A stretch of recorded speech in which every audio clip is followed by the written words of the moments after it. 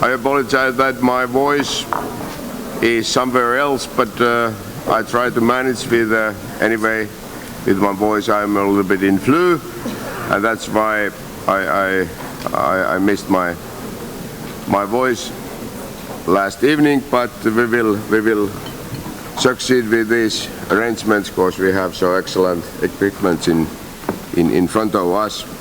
Good morning, everybody, and it's always great pleasure to be in Vienna together, and I'm happy to see that almost all the delegation are already in here to start our working, and we don't have too much time, but anyway we have plenty of issues on our agenda, and first of course we have to adopt our own agenda.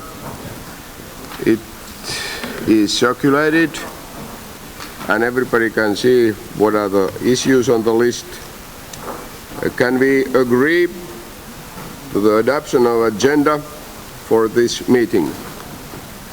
The agenda is adopted, and the program for this winter meeting contains tomorrow afternoon a debate on gender issues and a special debate. We know the theme. It's a theme of migrant and refugee crisis in the OSCE area, strengthening the collective response. All delegates wishing to speak should sign the speakers list in the Secretariat office on the second floor by 11:45 a.m. tomorrow morning until 11:45. Okay. Then we go to the issue number 2, approval of the agenda for this winter meeting.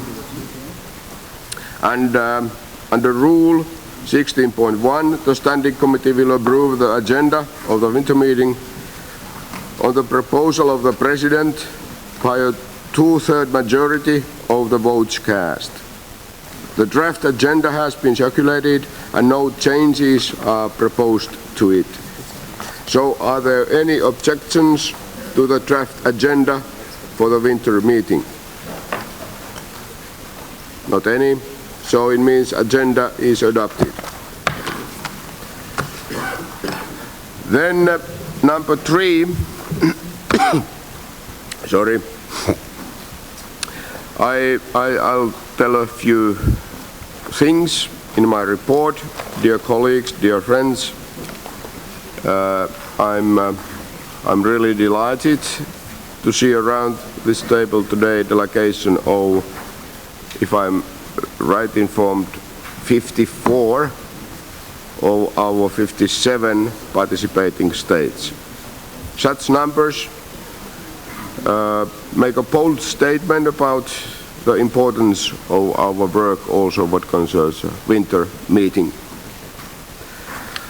I believe we all share the vision that the success of the OSCE resides to the large extent the parliamentary dimension.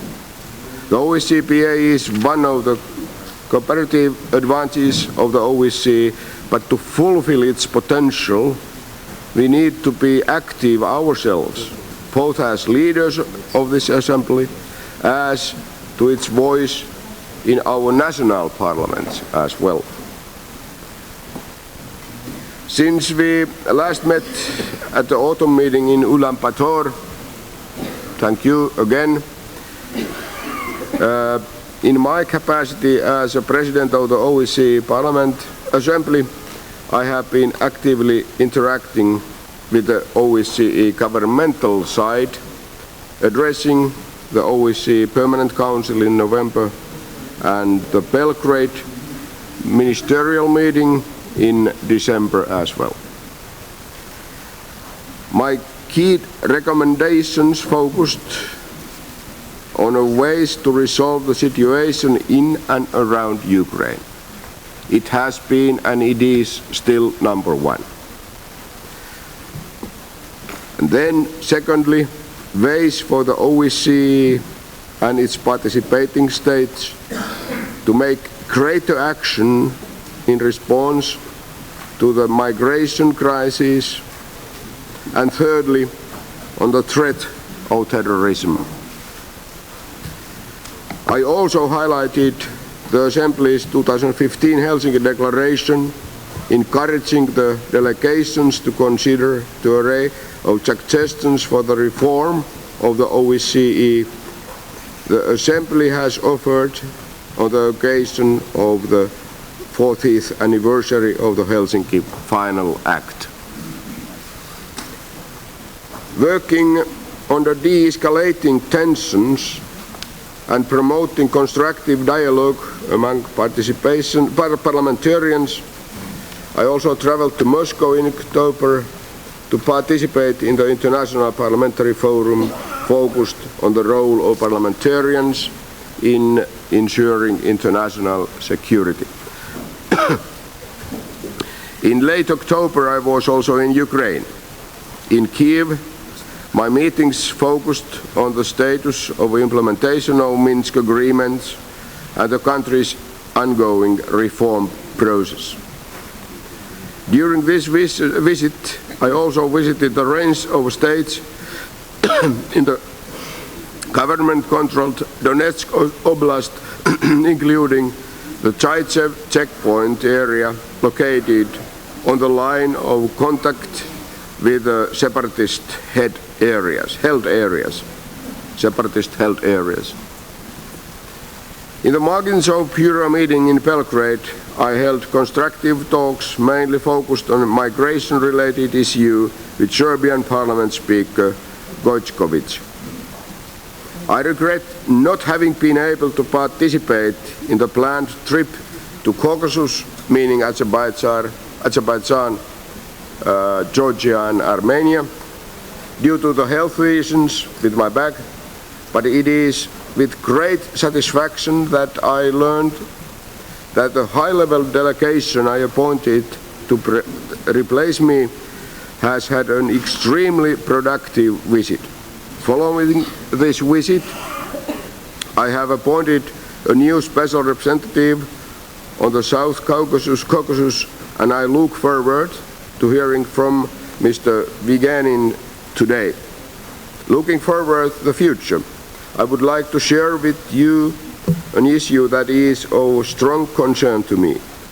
Until now, we don't have a confirmed venue for the Assembly's annual session next year 2017. The annual session is the most important meeting of the yearly cycle of the activities of our Assembly. Our Assembly cannot function without holding it. I thus call upon all the delegations, especially upon those that have not hosted an annual session yet, to volunteer for this noble cause. Of course, the delegation that have already done so could also follow Finland's inspiring example to host an annual meeting for the second time. So, my friends, our meeting today is also special. This is our first meeting with the new OSCE Parliamentary Assembly Secretary General, Roberto Montella.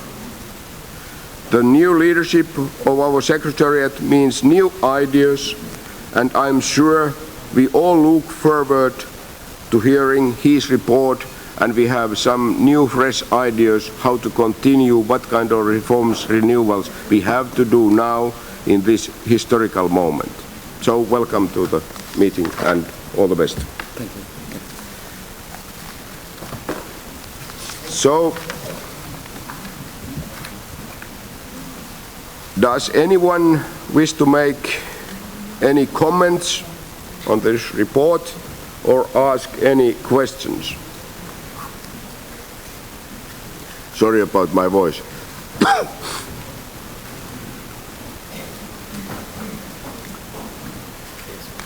Who is? Monsieur Nepi is preparing himself. Yes. Oh, Mr. Neri is ready to ask the floor. The floor is yours, please. Oui, Monsieur le Président, merci de votre rapport.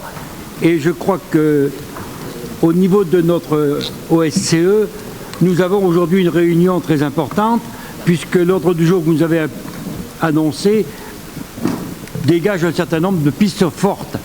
Je voudrais d'abord dire que c'est une nouveauté, vous l'avez précisé, puisque le nouveau secrétaire général Roberto Montella est parmi nous.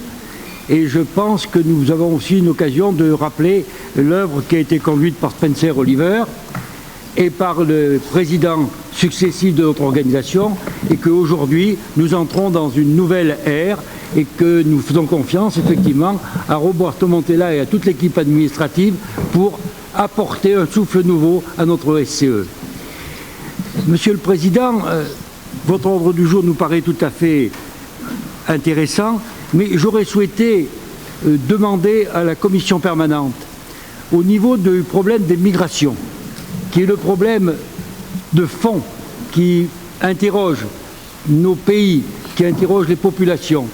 Je crois, Monsieur le Président, que face à ce problème capital pour l'avenir de la région OSCE, je serais assez volontiers faire une proposition qui serait de créer une commission ad hoc, une commission spéciale sur le problème des migrants. Parce que le problème des migrants, c'est un problème qui intéresse l'ensemble de la région OSCE. Il y a le problème de la sécurité des migrants, il y a le problème de la sécurité de nos populations, il y a aussi les problèmes économiques qui vont avec.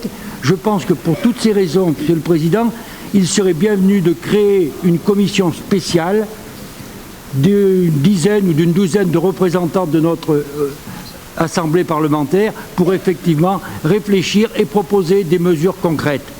Je crois que sur ce sujet, il a déjà été beaucoup travaillé. Isabelle Santos et sa commission y ont déjà participé, d'autres collègues aussi. Et je crois que nous devons également réfléchir très rapidement à proposer des mesures concrètes, des mesures qui puissent effectivement apporter des débuts de solutions. Et j'ai la faiblesse de croire, Monsieur le Président, mais on aura l'occasion d'en reparler, que le problème de la migration, c'est effectivement le problème des migrants qui quittent leur pays pour des problèmes de sécurité parce que leur sécurité et celle de leur famille n'est plus assurée. Il y a aussi les migrants économiques.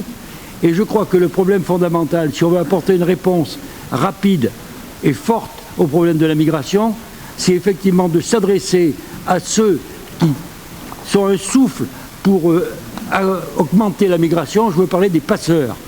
Les migrants sont avant tout des victimes d'une situation de sécurité et une situation économique, et les passeurs sont des criminels.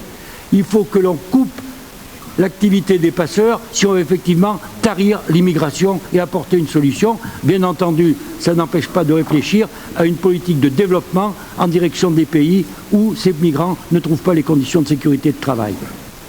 Donc je vous propose, Monsieur le Président, si vous étiez d'accord, de demander à la Commission permanente son avis sur la création d'une commission spéciale pour la migration.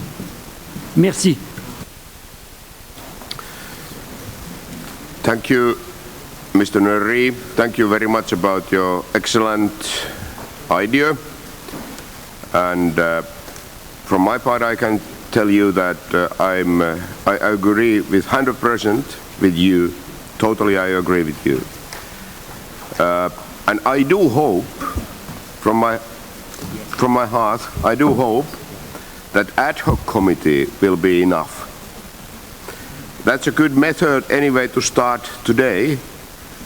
But on the other hand, I'm a little bit afraid that ad hoc committee will have some kind of continuity. But that's another business. But we can start, I suppose, with the ad hoc committee model, if it's all right for everybody.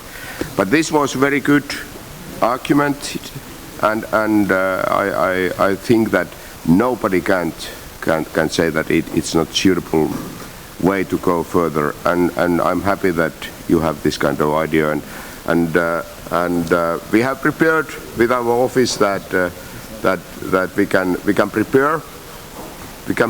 prepare some kind of activities, how to establish, how to go further with this idea. Thank you, Mr. Neri. Then Mr. Ceratelli. Thank you, Mr. President. Dear colleagues, I'd like to welcome all of you here at this meeting in Vienna and Standing Committee. President told us about his activities, presented what he did during the last time, and it's really very hard work. Not only President, but of the staff and new Secretary General, and I hope that we have really good possibility now to somehow reset some our businesses here, to start with the fresh ideas and with the new, much more strong positions at this moment, and I'm very hopeful that we all, with Roberto and other my colleagues here, will have much more effective and efficient work. We'll have time to discuss many issues, of course, migration and security problems that we have in Europe and economic hardships.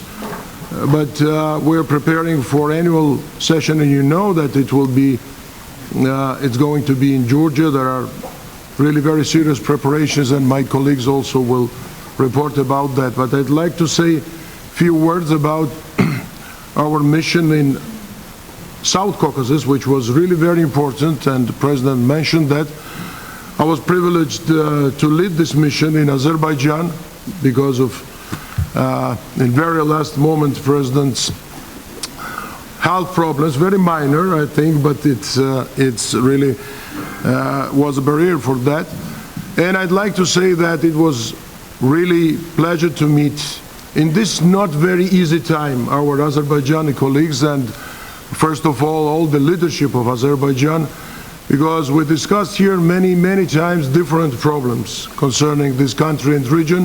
Of course, conflicts there, of course, functioning of OSCE mission in Azerbaijan, human rights issues, political freedoms. And I like to say that with the meetings with the President Aliyev and other leaders, the Prime Minister, Foreign Minister, leadership of the Parliament, we discussed all those issues quite freely. It was a very open discussion, and not to go into details, we got quite positive impression that Azerbaijani government intended to change the whole picture in this country, starting with economic reforms, ending with human and political rights. And I guess we're expecting there will be very bold steps and reforms in this field. As far as we've been there, we heard that, and we believe that that's true, and there will be real, very interesting steps in this country. And what's very important, the willingness to work with Europe, to work with European institutions, and I'm absolutely confident that after our visit there will be other delegations from different European institutions to have more cooperation with this important country in the region, country which really has specific functions to be one of the major energy security countries in the world, and I think our cooperation with OSCE, with our assembly, should be much more effective, and dialogue should be in place. Thank you very much. Thank you, Mr. Ceratelli. And then Mr. Kegmaniadi. В Сирии это для нас животрепещущая проблема. Думается, будет правильным, если парламентская ассамблея ОБСЕ выступит со специальным заявлением в поддержку начинаний президентов России и Соединенных Штатов Америки. 4 года назад подобная инициатива по химическому разоружению Сирии опять была выдвинута президентом России, поддержана Соединенными Штатами Америки и Евросоюзом. И это имело исключительно положительные последствия для предотвращения возможной химической войны. Сейчас бы мир погрузился в хаос и в катастрофу.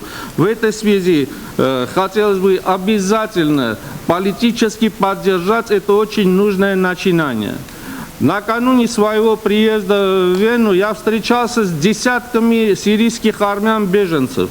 Они попросили меня, чтобы как-то довести до вас те мысли, чаяния, которые одолевают и обуревают ими. Я это изложил в небольшой книжице, которая роздана вам. Если будет время, она переведена на все рабочие языки, рабочие языки ОБСЕ. Пожалуйста, посмотрите эту книгу. Пользуясь случаем, своеобразный отчет перед вами, в первую очередь перед армянскими избирателями, я изложил в другой книге, которая называется «Время тревог и надежд».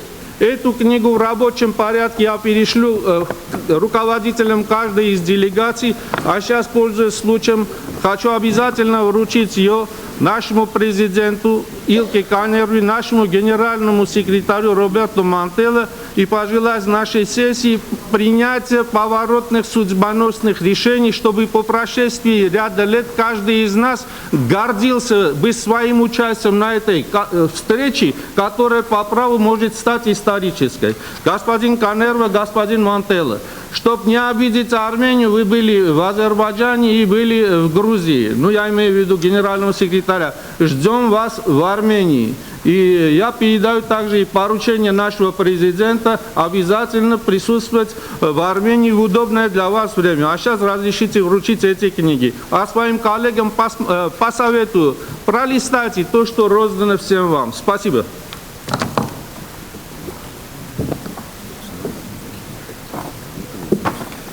Thank you, Mr. Kekhamian. Thank you very much indeed. And next speaker is Doris Barnet. Doris, please. Vielen Dank, Herr Präsident. Ja, erst einmal herzlichen Dank an unseren Präsidenten, aber auch an unseren Freunden und Kollegen Zeratelli für die Arbeit, die ihr im Kaukasus da leistet. Und wir alle haben jetzt an der Wortmeldung unseres armenischen Kollegen doch gespürt, dass sich das, wie heißt es, das Window of Opportunity gerade jetzt geöffnet hat für Verhandlungen, nicht nur der Großmächte über Syrien. Warum nutzen wir das jetzt nicht, wir als OSZE-PV, und appellieren an die OSZE, insbesondere an die Minsk-Gruppe innerhalb der OSZE, die Chance der Stunde zu nutzen, auch andere Probleme endlich anzugehen und zu lösen. Das Problem um Bergkarabach, ich spreche es an, das muss doch um Gottes Willen nach über 25 Jahren einmal zu Ende kommen. Die Menschen erwarten das. Und deswegen habe ich die große Hoffnung, dass jetzt, wo die Großmächte dabei sind, so große Fortschritte in der gemeinsamen Zusammenarbeit zu leisten. Wenn sie wirklich wollen, dass Probleme in der Welt gelöst werden, dann können sie das. Und deswegen sollten wir die Gelegenheit jetzt nutzen, sie aufzufordern, auch endlich wieder als Minsk-Gruppe diesen Dialog in Gang zu bringen und zu helfen, dass wir auch zwischen Armenien und Aserbaidschan endlich zu vernünftigen Übereinkünften kommen können, dass dann auch die Arbeit von unserer speziellen Mission da von Erfolg gezeichnet ist. Also das ist meine große Bitte. Wir hatten vorgestern in Berlin den Vizeaußenminister von Aserbaidschan, Herrn Asimov, aber auch den Außenminister von Georgien bei uns, und wir konnten mit ihnen sprechen, und man spürte, dass die alle darauf warten, dass endlich was passiert. Wir als Abgeordnete können unsere Regierungen nur auffordern, endlich tätig zu werden. Natürlich, wir haben die 3 großen Länder in der Minsk-Gruppe, aber wir können auch selbst, soweit wir vertreten sind, dort etwas tun mit unseren Regierungen. Aber wir können auch als OSZE-PV heute ein Signal an die OSZE senden. Mensch, fangt doch endlich an, tut doch was. Ihr habt es doch gerade bewiesen, dass ihr es könnt. Vielen Dank. Thank you. Very valuable contribution, Doris. Thank you very much indeed. Mrs. Muradova from Azerbaijan. Спасибо, уважаемый председатель. Мы высоко ценим недавний визит высокопоставленной делегации парламентской ассамблеи ОБСЕ в Азербайджан. и рассматриваем проведенные в рамках данного визита встречи как важный шаг в направлении развития взаимовыгодного сотрудничества и диалога между Азербайджаном и парламентской ассамблеей.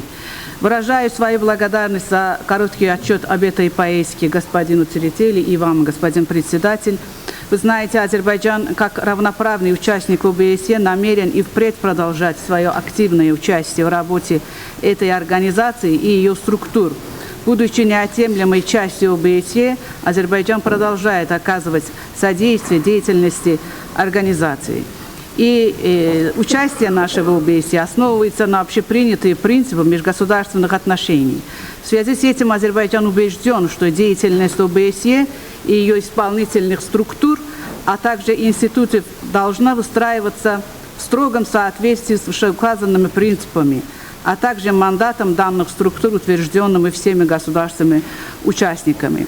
Хотелось бы поблагодарить председателя Ассамблеи, господин председатель, лично вам, по случаю назначения нового специального представителя ОБСЕ по Южному Кавказу, господина Вигенина. Мы надеемся, что ему удастся оживить этот институт и сделать его функционирование более продуктивным путем осуществления визитов в регион. Господин Вигенин, я думаю, владеет ситуацией. Он, как вы знаете, был в составе делегации руководства парламентской ассамблеи в Азербайджане и Грузию. Надеемся, что с изменением погодных условий ему удастся попасть и в Армению. Мы тоже с нетерпением ждем его выступления. Нам очень интересно, какие новые инициативы будут после этой назначения. Новый энтузиазм дает основание полагать, что своей деятельностью спецпредставитель может внести вклад в дальнейший толчок деятельности Минской группы, который об этом говорил здесь наш друг госпожа Дорис Барнет.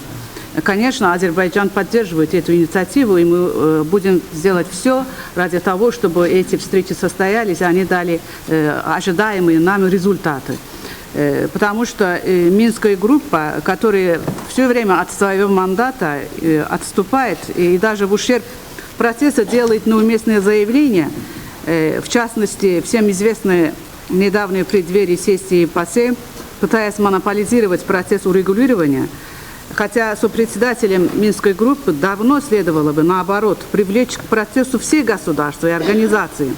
Члены группы в условиях, когда требуется новый и более действенный подход к процессу разрешения конфликта. Я думаю, сейчас вот это требуется, мы это чувствуем. И еще раз я благодарю всем, все, которые высказали адрес Азербайджана добрые, хорошие слова. И думаю, что Азербайджан достоин этого, и вы это знаете. И все те вопросы, те проблемы, которые получились и сложились из-за субъективных отношений, мы сможем это преодолеть. Спасибо за внимание.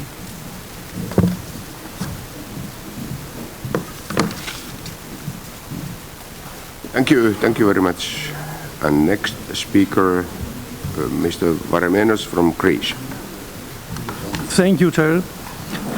Dear colleagues, allow me to fully support the proposal for a special meeting for the problem of refugee and migrant problem. I think that our Parliamentary Assembly should do more things about the refugee and migrant crisis. Also, in order to declare our commitment to the European and humanitarian rules and not to let some countries, as Greece, to take alone the whole burden of the crisis. Thank you. Thank you. Thank you very much. You know the issue. So the next speaker go to Sweden, Mr. Kent Hanstedt. Thank you, Mr. President. I want to say that I'm also pleased that we actually executed this trip to Azerbaijan. I was one of those who raised this issue in Mongolia, and we know that the situation was, how to say, very cold between OSCE and Azerbaijan. I also think it was a very constructive visit. I think we, as Mr. Tsereteli says, we were received in a very positive manner, and we have very constructive talks. were very much welcomed on the very highest level. However, I think also it's important for us not to have a discussion that is too far away from the outside world.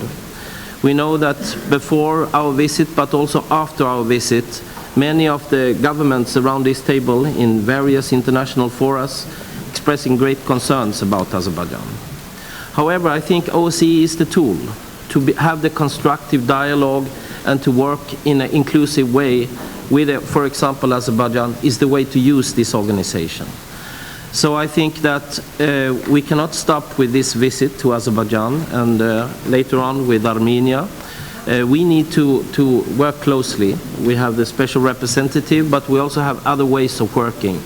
So having awareness about problems that is on the table, journalists and opposition and other things, but we need to work constructively and together. So I think this is the tool and this is the way to work, and I'm happy that we could have this constructive visit and that I hope we will follow it up. Thank you. Thank you. Thank you, Kent. Nobody else? No. So, does anyone object to the creation of the ad hoc committee on migration? Oh, sorry. We didn't register it.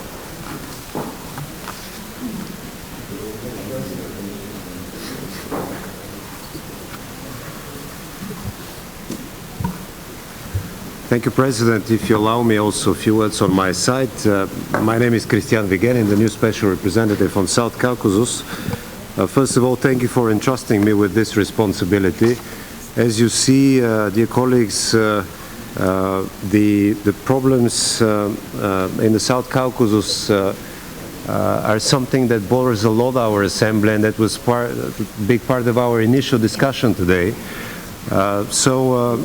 Obviously it's a critically important issue for the Assembly. OSCE has an important role to play, and especially our Assembly is the body, and a body that can play an important role in promoting dialogue there. Having only just recently been adopted, I have no detailed report to present today, of course, but I was part of this delegation in Azerbaijan and Georgia. Due to bad weather, actually, we couldn't go to Armenia, but that will happen very soon. I plan to visit the region again very soon, and there we'll discuss also the issues related to Armenia. I use the opportunity now in Vienna to meet the three delegations, the three respective delegations, and discuss with them some ideas. I have also met the Secretary General of OSCE, Mr. Zanier, who actually supported a lot the idea to increase the role of PEA and the engagement of Parliamentary Assembly in the region. It's important to ensure better coordination and mutual support for the initiatives, and I believe that being more active from now on will have its results. I'm not going now more into the details, but I fully support the intervention of Mrs. Doris Barnett, who spoke with strong concern about the developments there and the need really to do more. I, of course, believe that the upcoming session, annual session of our Assembly in Georgia, one of the countries in the region, is an excellent opportunity for us as well to show our commitment and our attention to the region, and we should, and I propose that to the Bureau as well, to discuss probably some specific focus on these issues during or in parallel to the Assembly meeting there. What I can promise is that my intention is to be impartial, active, and goal-oriented, and to share all the ideas and everything that has been done and what we plan to do, to share it with the members of the Assembly, and to try to engage more, not simply the leadership of the Assembly, but also the members and delegations who are interested in the region and can play an important role in this overall attempt of our Assembly to focus in the region and to achieve concrete results. Thank you. Thank you, Special Representative. And now we go to Belarus.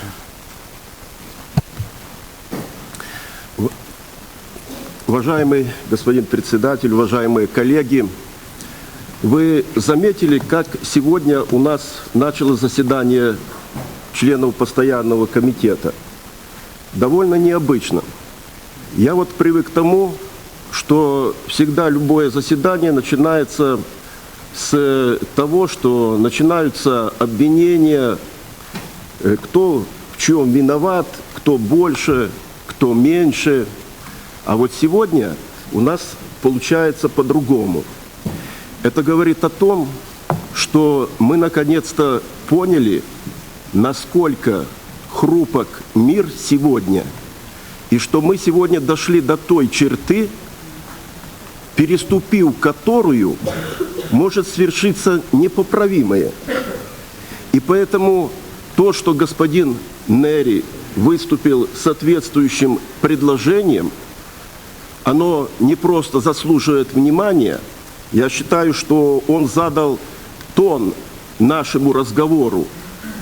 И действительно, и все выступающие в последующем, они в принципе подтвердили, что по всем конфликтам практически приняты решения. Необходимо их просто выполнять. А наша организация должна вносить свой вклад в выполнение тех решений, которые имеются для того, чтобы сохранить этот мир и жизнь на этой земле. Поэтому я, выступая от Беларуси, которая прошла через горнило всех войн, потеряла столько людей, я с глубоким чувством положительных эмоций выступаю, что наконец-то мы начали заниматься тем, чем мы должны заниматься. Искать любые возможности для диалога, для конструктивного развития взаимоотношений, чтобы восстановить нарушенное в мире противостояние или, как сказать, чтобы не допустить непоправимого. Поэтому я хотел бы просто пожелать, чтобы эта сессия именно стала отправной точкой именно для того, чтобы мы занимались делом и внесли свой вклад в дело мира, согласия и стабильности. Спасибо.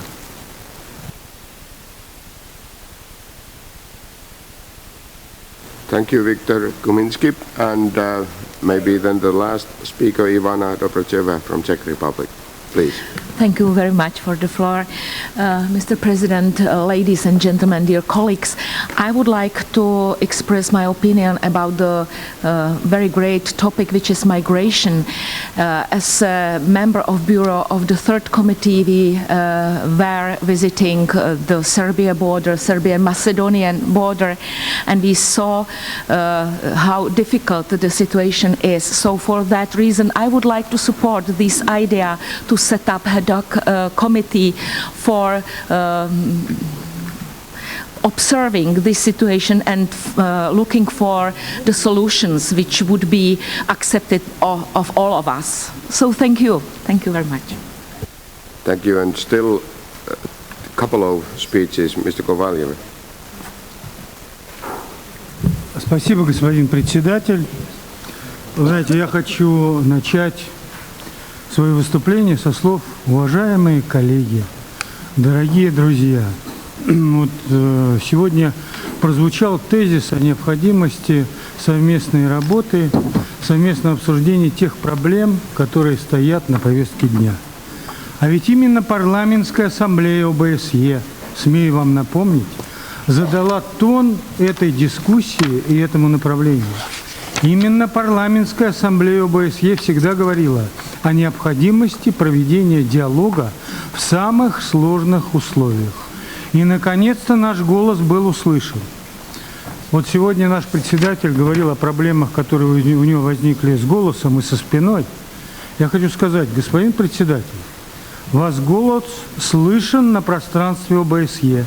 Вы его берегите. Он очень для нас важен и нужен. И берегите также свою спину от тех перегрузок, которые, естественно, на вас, как на руководителя, выпадают. Я хочу еще раз сказать спасибо каждому из здесь присутствующих. Вы стали за эти годы просто родными, близкими и понятными людьми, которые руководствуются интересами дела, но никак не политическими воззрениями и убеждениями.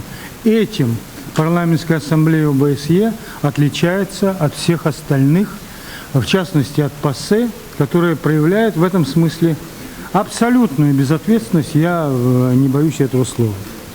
Я хотел бы сказать, также высказать благодарность и в адрес правительства, МИДа Австрии, которые, несмотря на санкции, которые были введены в отношении ряда членов российской делегации, беспрепятственно позволили каждому из них приехать сюда и принять участие в дискуссии. Послушайте их, поговорите с ними, и вы увидите, что это абсолютно нормальный настрой и России, и каждого члена делегации на конструктивный диалог.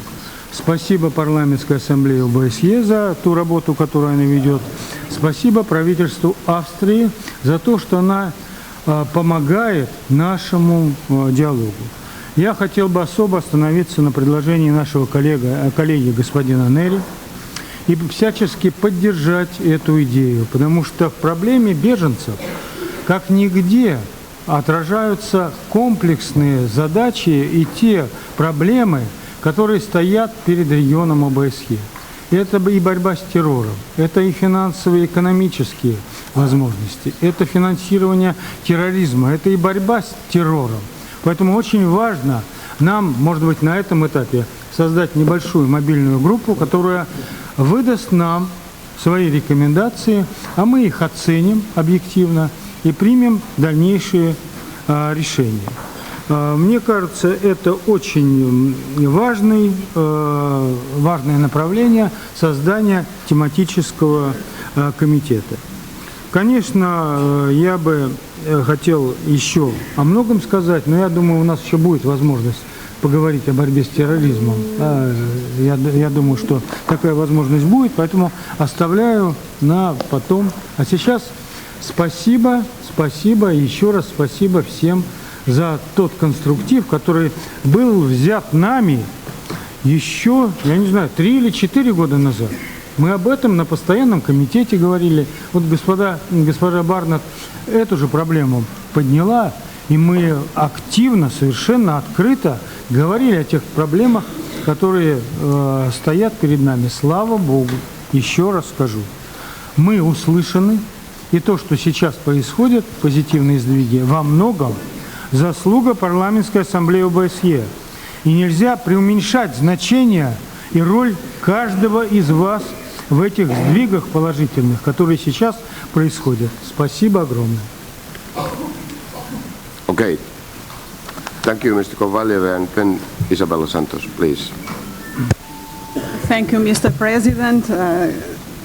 It was not in my plans to talk in this point, but in the end I feel that I must say something about the proposal of Mr. Neri. Of course, conflicts and active and frozen conflicts are questioning the effectiveness of our institutions, international institutions, and one of the consequences of that conflict, refugees and migrants, not only because when we are talking in migratory movements, we are talking about economical migrants, but we are talking also about refugees and people that is fleeing for war and persecution. And the increase of the number of these people is questioning the effectiveness of our institutions.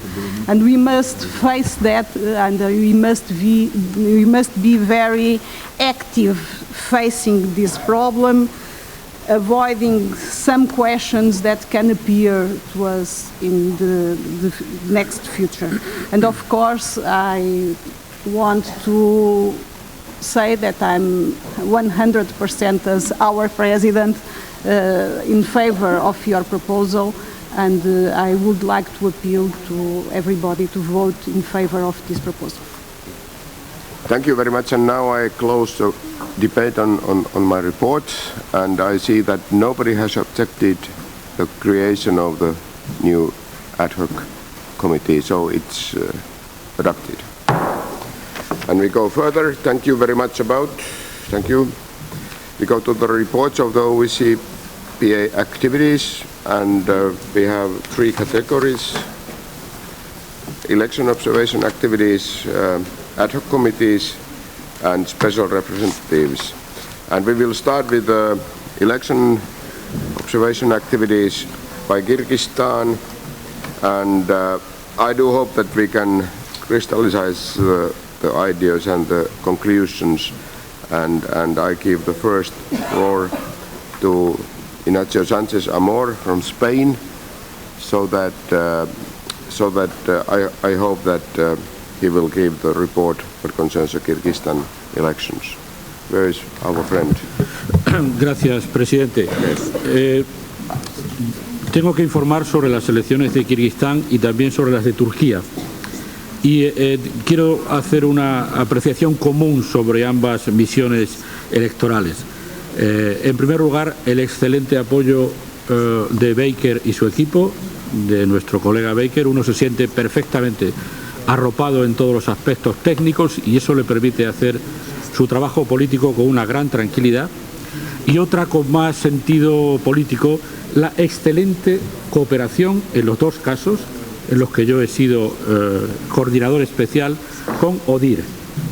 Tanto el embajador Ferleg como el embajador Arens, como sus equipos, debo decir que la cooperación ha sido excelente, puesto que en el pasado hemos conocido épocas más complejas en nuestras relaciones. Creo que es importante subrayar que la cooperación ha sido franca, abierta, desde el primer minuto hasta el último minuto, y eso ha permitido que el trabajo político discurriera bien. En relación con Kirguistán, con mi colega Ivana Dovesova, tuvimos la ocasión de visitar con 30 compañeros de la Asamblea Parlamentaria y en total, por el resto de organizaciones, unas 300 personas. Las elecciones fueron competitivas, sin embargo se apreciaron la necesidad de mejores procedimientos y de una mayor transparencia en todo el proceso, y también, como suele suceder en algunos casos, había una cierta falta de acceso a una información crítica o a una información plural. Pero el aspecto más relevante de las elecciones en Kirguistán fue la introducción por primera vez en el país de un registro biométrico de votantes y unos procedimientos electrónicos de voto que tuvimos ocasión de observar, de tal manera que el votante entregaba su documentación personal, que era introducida en un ordenador, y en una pantalla que se podía ver en el colegio electoral aparecía la foto y el nombre del votante. La fórmula del voto permitía que la urna, que era una urna electrónica, leyera el resultado, de tal manera que eso permitía tener al final de la jornada electoral un rápido recuento electrónico del voto, aunque también había un recuento manual. Es verdad que esta introducción del registro biométrico ha sido muy precipitada, se ha corrido quizá demasiado y ha provocado en alguna parte de la población algunas dudas sobre el registro, y algunas personas no han querido registrarse en el nuevo registro de electores por dudas respecto del posible mal uso que las autoridades pudieran hacer de esos datos.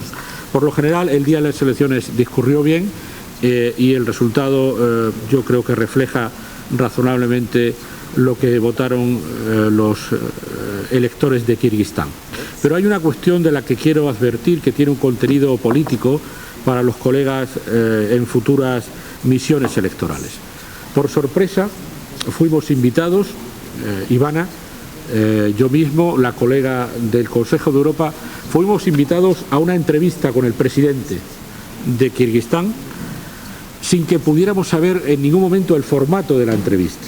Si era una entrevista solo para nosotros, si era una entrevista en la que habría más colegas. Fuimos llevados al Palacio Presidencial y allí coincidimos con colegas de otras misiones de observación de países musulmanes y de los países de la Unión Aduanera y alguna otra de Oriente que estaban también observando las elecciones.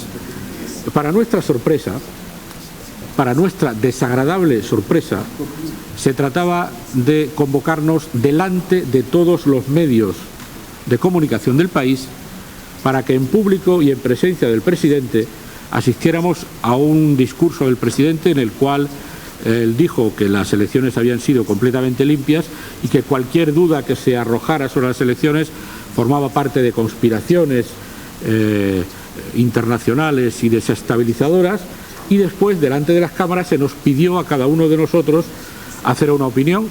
Yo expresé en nombre de nuestra delegación que agradecía la invitación, que hubiera preferido conocer el formato de la invitación y saber que había medios de comunicación y que lo que teníamos que decir ya lo habíamos dicho en nuestra rueda de prensa y en nuestro informe escrito. Por tanto, me parecía relevante advertir de que se había producido esta circunstancia en las elecciones de Kirguistán. No sé, Ilka, si continúo con Turquía o esperamos a que, si hay más colegas que deban hablar.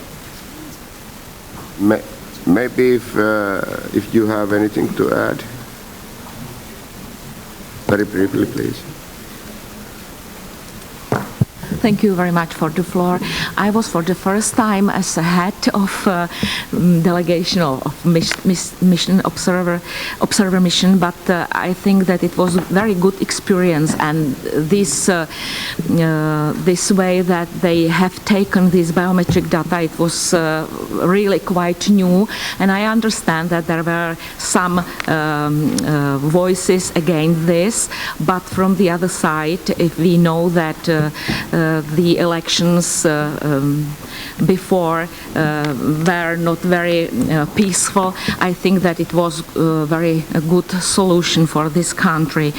As I would like to say, I would express a lot of thanks to Mr. Baker, to these people who helped us to organize all these things and all these meetings, and I think that the results of elections show that this way of using this biometric data was a good solution for the country, and thank you for cooperation. Thank you. Thank you, Ivana. Any questions, any comments? No, we are very happy with that. Thank you. And then we go further, we go to Belarus. Kent Hanset, please. Thank you, Mr. President. First, I want to thank the OSCE and its president for nominating me and the OSCE chair from Serbia to appoint me to be the special coordinator for the presidential election in Belarus last year. Our observation team in Belarus was very strong for the 11 October presidential election. We gathered some 400 observers overall. We provided good coverage of the country. Our colleague Jim Walsh headed the almost 60-member team from our assembly, and I want to thank him for his strong input to the work. Excellent cooperation. From ODIHR, the long-term observers was headed by Ambassador Jacques Faure from ODIHR, and I must say our cooperation pre-election visits and during the monitoring was also absolutely excellent. So I share Mr. Sanchez's remarks about how good the cooperation worked during, under and after this monitoring mission. For the first time in Belarus, our colleagues from the Council of Europe Parliamentary Assembly, Council of Europe, were also invited to observe the election. This fact itself was a very important factor, showing openness by the Belarus authorities. We had a good cooperation with the authorities in Belarus, an aspect that I particularly would like to welcome. Our overall conclusions were that the elections once again indicate that Belarus have considerable way to go in meeting OSCE commitments for democratic elections. This underscores the need for political will from Belarus to engage in a comprehensive reform process. The release of political prisoners before last October's elections was an important and positive development.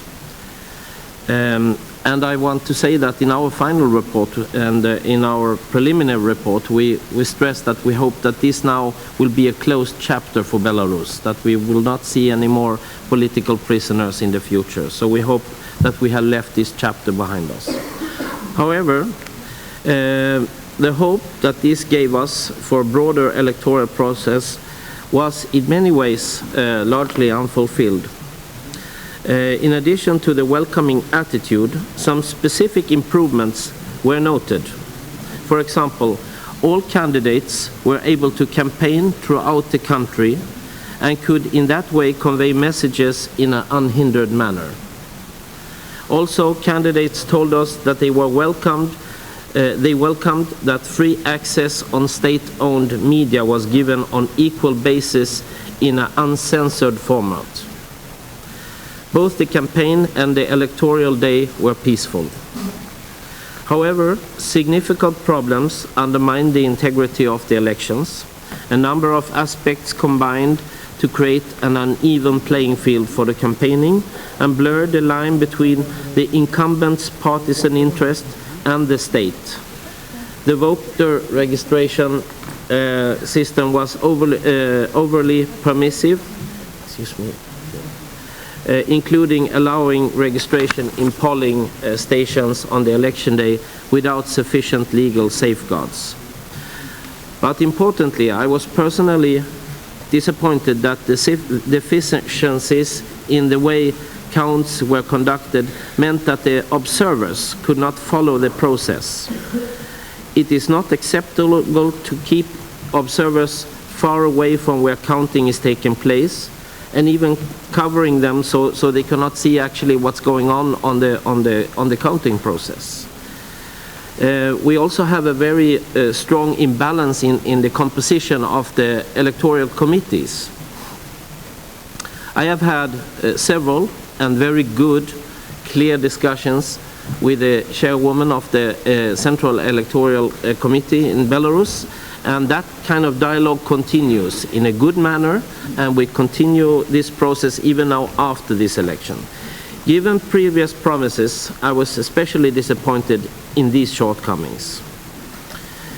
I just want to finalize my report by saying that I think before the elections, during the elections, and after the elections, we have had a very good opportunity to have very straightforward dialogue with the Belarusian side.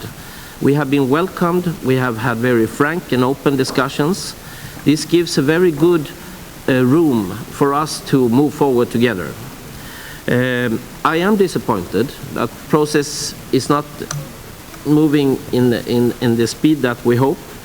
And I want to finalize by saying, together with ODIHR, we have also done something that might be the new way of working for us as an assembly, because also after the elections, I went together with Ambassador Michael Link, head of ODIHR, to present a final report to the government of Belarus. And I hope this might be the way for us to work closely together with ODIHR also after the elections, so that the PA's work is not finalized on the election day, but we also help to continue the process because of the recommendations in the report. We want to see them implemented. Belarus now have the window of opportunity between the presidential election last year and this year's parliamentary election in September. We hope, of course, that the report we present with the recommendations from these elections, that we will in September see some concrete progress. And I hope that we as Parliamentary Assembly will continue the work together with the Belarusian side to move forward. Belarus needs it, because it's not just taking away the sanctions, because they need to move on in the reforms of the electoral process. And I must say, right now we are met by message from the Belarusian side that there will be no changes of the electoral law. This is very disappointing because it's been the same since the same recommendations we gave 2012 is the same recommendations we give now. Yet they are ready to now start a working group to work with us and to see if we can move forward in implementation. Finally, parliamentary elections are expected to be held later this year in September. This will be an opportunity for Belarus to build on the positive aspects I have mentioned and to clearly demonstrate the political will to overcome the challenges. I hope that Belarus will seize this opportunity. Finally, just a week or two ago, the European Union lifted many of its sanctions related to Belarus. This is a clear indication of willingness by the EU to engage in good faith. Within our assembly, I think we can and should continue to contribute to dialogue in the interest of all Belarusian citizens. Thank you so much. Thank you. Excuse me. Thank you again. Thank you very much. How about Jim Walsh? You want to add something, please? Yes, thank you, Mr. President. And first of all, can I concur fully indeed with the comments of my colleague Kent Harstad and endorse indeed everything he said in his very comprehensive, fair and balanced report on the election observation. I would just like to maybe emphasise a couple of points. We certainly got very, very good cooperation from the Belarusians while there, and I think that was reported by everybody, and there were some steps forward from previously. However, I'd like to hone in on probably the most disconcerting part from my point of view, and I think it will be shared by Kent and others as well, and that was that the day of the count, there was a lot of negative reporting with regard to the counting process itself, and indeed we experienced it directly where the votes, actually the vote results as announced, did not reflect the integrity of the voters' intentions and certainly did not reflect what we saw on the table. We were near enough to make some observations, but we should have been closer to be able to fully observe it. But it was very apparent that the actual results varied considerably from what was actually counted, and that's obviously very serious. The sad thing about it from our observation was that it was completely unnecessary, because it did appear to us that the President would have been re-elected in any event. So there was no need to embellish the outcome and the results. So certainly I concur fully with what Ken said, and we did have engagement the following morning with the chairperson of the Central Election Commission, and we made these points very clear. And I have to say I thought they were well received, but obviously the litmus test will be if they're acted upon. But I'd like to compliment Kent on the job he did, in fact, in Minsk. He did a very good job bringing O'Dear and the PA and the Council of Europe together in a very cohesive way. I think he deserves credit for that. Good. And Mr. Kominski is ready to receive all the comments, please. Yes. Уважаемый господин председатель, уважаемые коллеги, прежде всего я хотел бы поблагодарить господина Харстеда за доклад. Хочу действительно сказать, со своей стороны, мы с ним встречались в ходе наблюдения за выборами и откровенно вели разговор по всем вопросам. И хочу сказать, что, может быть, впервые за многие последние годы был подготовлен сбалансированный доклад как со стороны БДИПЧ, так и парламентской ассамблеи ОБСЕ, при том, что и высказан целый ряд недостатков, пожеланий, и это, я считаю, нормально. Но много сказано было и положительного. Мы создали все возможности, и спасибо, что участники наблюдательного процесса это подтверждают, для работы наблюдателей. Лично я встречался в самых разных регионах с наблюдателями БДИЧ и парламентской ассамблеи ОБСЕ и всегда задавал вопрос, какие, может быть, жалобы, может, кто-то где-то чего-то недопонимает, а какие-то ограничения никто никогда мне не высказал. Поэтому я говорю сбалансированный доклад, что при том, что есть недостатки, да, отмечено порядка в 30 случаях в процентах, не могли нормально наблюдать за подсчетом голосов. Значит, мы видим, что здесь есть возможность улучшать этот показатель и добиваться большего. Но я скажу, что вот впервые это было сделано в конструктивном ключе, взаимоуважительном, благожелательном, что дает нам почву для того, чтобы мы не просто прислушались, не рассердились на наблюдателей и вот доклад, а я подчеркнул, что он сбалансированный, а приняли решение по изжитию тех недостатков, устранению, что это возможно перед предстоящими парламентскими выборами. Да, я прямо говорю, что не все возможно сделать, но многое можем сделать. И я хочу проинформировать, что и господин Харстед, и господин Георг Линк, они посетили в конце января Беларусь, на эту тему вели соответствующие разговоры. И хочу поправить господина Харстеда в том, что уже создана межведомственная рабочая группа, которая должна подготовить предложения по внесению, чтобы улучшить те направления, которые вами указаны были в отчетном докладе перед парламентскими выборами, и мы готовы и дальше к этому сотрудничеству. Поэтому в заключение хотел бы выразить благодарность за конструктивный подход господину Харстеду, возглавившему на прошедших выборах миссию краткосрочных наблюдателей ОБСЕ. Он как бы координатор и от парламентской ассамблеи Совета Европы. Мы их с 2001 года не приглашали по наблюдению за выборами. Они тоже остались все, насколько я знаю, из моих контактов с ними остались довольны. А также господину Уолшу, главе наблюдателей миссии ассамблеи, ну и всех коллегам-парламентариям, вошедшим в ее состав. Благодарю, коллеги. Thank you very much indeed, and we can notice that that we are on the right way towards all the commitments of the OSCE principles in various ways, and we are very happy about that. Thank you, gentlemen. And now we go further. We go to Turkey, and the special coordinator, surprisingly, is Ignacio Sánchez Amor. Please. Gracias, presidente.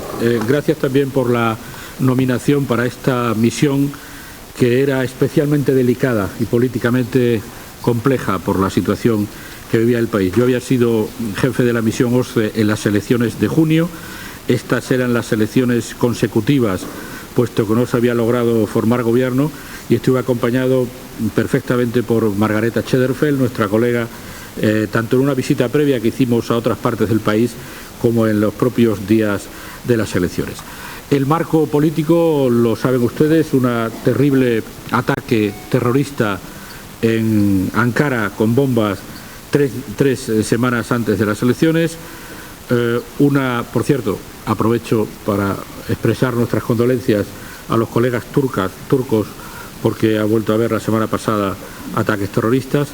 En ese ambiente de absoluta tensión, debo decir que la palabra que solemos utilizar, polarización, no expresa la tensión social que se vivía en el país en un momento de recrudecimiento de la guerra en Siria, presión por la existencia de millones de refugiados, el conflicto con la zona kurda reabierto en verano con ataques militares y además esos ataques terroristas.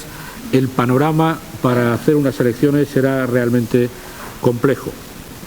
Debo decir que la administración electoral turca y la legislación electoral turca funcionan correctamente. Es asombroso, por ejemplo, cómo se manejaron los cerca de 2 millones de votos del exterior que eran trasladados físicamente a Ankara desde todo el mundo y recontados en un centro habilitado para ello. Por tanto, legislación electoral y administración electoral perfectamente correctas, pero el ambiente, la campaña contaminado por la existencia de una legislación antiterrorista y por el uso excesivo de esa legislación antiterrorista con los medios de comunicación. El gran asunto en las elecciones turcas era la existencia o no de una libertad de información suficiente, porque se habían producido las semanas anteriores detenciones de terroristas por haber publicado, detenciones de periodistas acusados bajo la ley antiterrorista por publicaciones, por opiniones, cierres de periódicos. Tuvimos la ocasión de vivir en directo el cierre de un grupo de periódicos y televisiones y tuvimos una entrevista con los responsables de esos medios de comunicación que el día antes habían sido tomados por funcionarios del gobierno. Hay persecución a los medios en el acceso incluso al sistema de satélites públicos. Por tanto, es un panorama contradictorio: una legislación electoral adecuada, un manejo electoral de las personas en los centros de voto adecuado, pero un ambiente en la campaña que contamina todo el proceso. Yo diría, como una conclusión, que no hay ninguna duda por nuestra parte de que los resultados electorales reflejan lo que los turcos votaron ese domingo, pero que lo que los turcos votaron ese domingo debía estar inevitablemente influido por el clima de la campaña y por los problemas de acceso plural a información crítica. Por tanto, esas son las conclusiones en general sobre unas elecciones muy complejas y de las cuales hemos tenido, además de nuestra opinión oficial expresada en ese documento nuestro conjunto con ODIHR y con el Consejo de Europa, también opiniones recientes.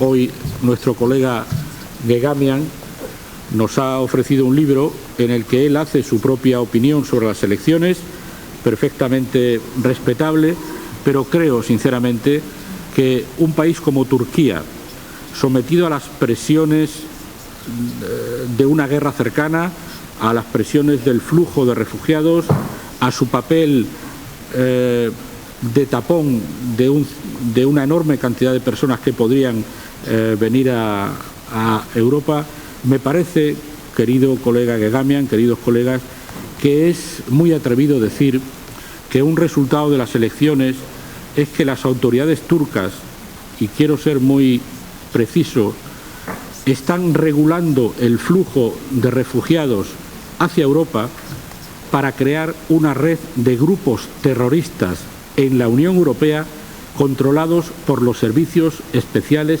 de Turquía. Me parece una acusación de una gravedad extraordinaria decir que un país está regulando el flujo de refugiados para crear grupos terroristas controlados por sus servicios de información.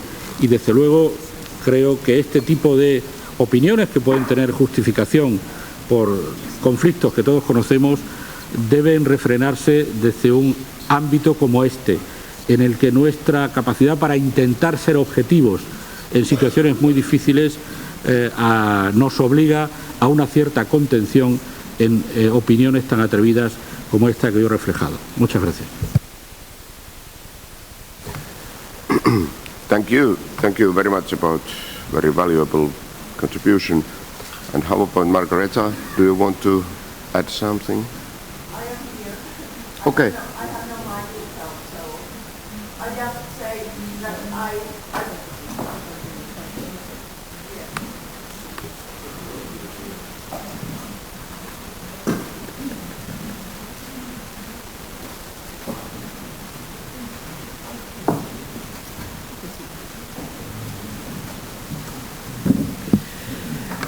Thanks, Madam Treasurer.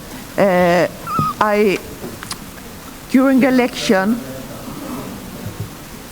is it wrong? No. Thanks. During the election in Turkey, the 4th of November, was I head of the OSCE PA delegation, and I do agree with Sanchez on his statements and conclusion. I would like to add that the media situation was very, very sensitive. We met with journalists, editors, and also representatives from social media.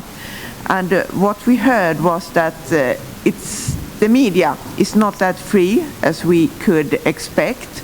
A lot of internet pages are closed down, as well as one media group closed down 4 days before the election, and that was also a thing that we pointed out in the statements. There were several other things also, and just as Sanchez says, the overall campaign was quite quiet. It was not much of open debates, it was not much of rallies, and the explanation we received was that it was because of respect for the people, for the voters, for the inhabitants after the attack in Ankara.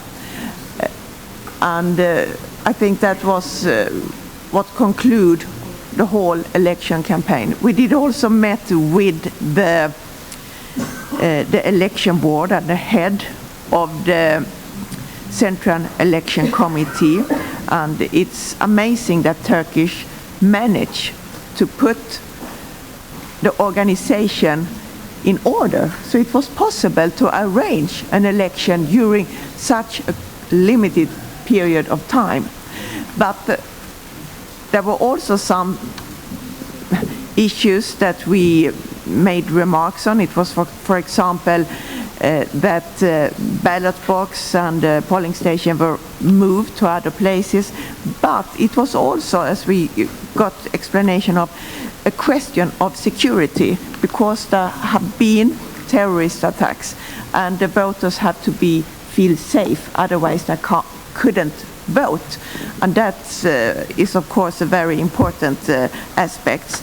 Another thing that we also mentioned was that there is no court to overclaim the decision of the Central Election Board, and it might cause problem if there is a decision that's not accepted of everyone. But in all other aspects, I agree with Sanchez. This was also some, extra points I would like to make. Thanks. Thank you, Margareta. Thank you very much. I have just a very, very few remarks in my mind. The first one is that this is very, very, very important method in our hands. We can contribute in various ways, all the single countries where the elections are taking place. Maybe this is one of the most valuable, effective methods we have, and we have to make that also in the future, in the close cooperation with ODIHR. Very much indeed. I can't see any reason to avoid about that kind of mutual cooperation with them. And now I'm sure that we have facing the period when some positive, constructive changes are taking place in this sense. This is important. The more effective we are, the more we can also cooperate with ODIHR. And another thing is that I'm very proud about those people who are taking responsibility as a special coordinators and as a heads of the OSCE EPA delegation, heading those activities. We have very, very competent people around the table, and you are taking responsibility in an excellent way, and this is very important. This is valuable thing in our hands, and don't forget that one. Thank you very much, everyone, and we go further by saying that the next stop will be in Kazakhstan at the end of the next month, and our office, our international secretariat, has already started preparations for those Kazakh elections in is it 20 of March. And if you have any questions in your mind, please don't hesitate to contact our international secretariat. Okay, thank you. And then we go further with our rapid schedule. Ad hoc committees, parliamentary team on Moldova. Arta Dada, please, the floor is yours. Thank you, Mr. President. Dear colleagues, I wish I reported to you today about a visit, but unfortunately this is not the case. When we last convened in Ulaanbaatar, I was happy to inform you that our group had been reconstituted and reinvigorated and now stood ready to engage with relevant stakeholders in Moldova. Nevertheless, I also pointed out that the unpredictable political environment in Chisinau at the time, combined with prospect of elections in unrecognized Transnistria in November 2015, would likely prevent our group from organizing a constructive visit until the spring of 2016. Unfortunately, I'm afraid to report that since then, Chisinau has been plunged in a deeper political drama. Parliament found itself in a logjam following the dismissal of the Prime Minister Valerius Strelets in late October, and it was not until the end of January that the legislature agreed to invest Pavel Filip and the new cabinet. Furthermore, delays in appointing a government and political negotiations to recompose a new majority in Parliament have fueled anger in the streets for a population demanding reforms and better living conditions. Today I take the opportunity to the presence of Mr. Sergei Sirbu, the head of the delegation of Moldova, to encourage the Moldovan authorities to engage in a peaceful and constructive dialogue with all factions of Moldovan society to ensure a durable solution. As you will have understood, the current situation in Moldova is not yet ideal for members of the group to meet with relevant stakeholders and follow through with our mandate. Nonetheless, we continue to closely monitor the situation in Moldova, and we remain ready to facilitate initiatives promoting peace, stability, and the rule of law. In that respect, I welcome the chairmanship in office effort to bring about realistic steps forward in the Transnistria conflict. I have taken note of the recent visit by the chairmanship's special representative for the Transnistrian settlement process, Ambassador Cord Meir-Klot, who underlined the need for small success stories to demonstrate progress and a desire to resolve outstanding issues. Once again, I want to emphasize that the OSCE Parliamentary Assembly can play an important role in solving the Transnistrian conflict.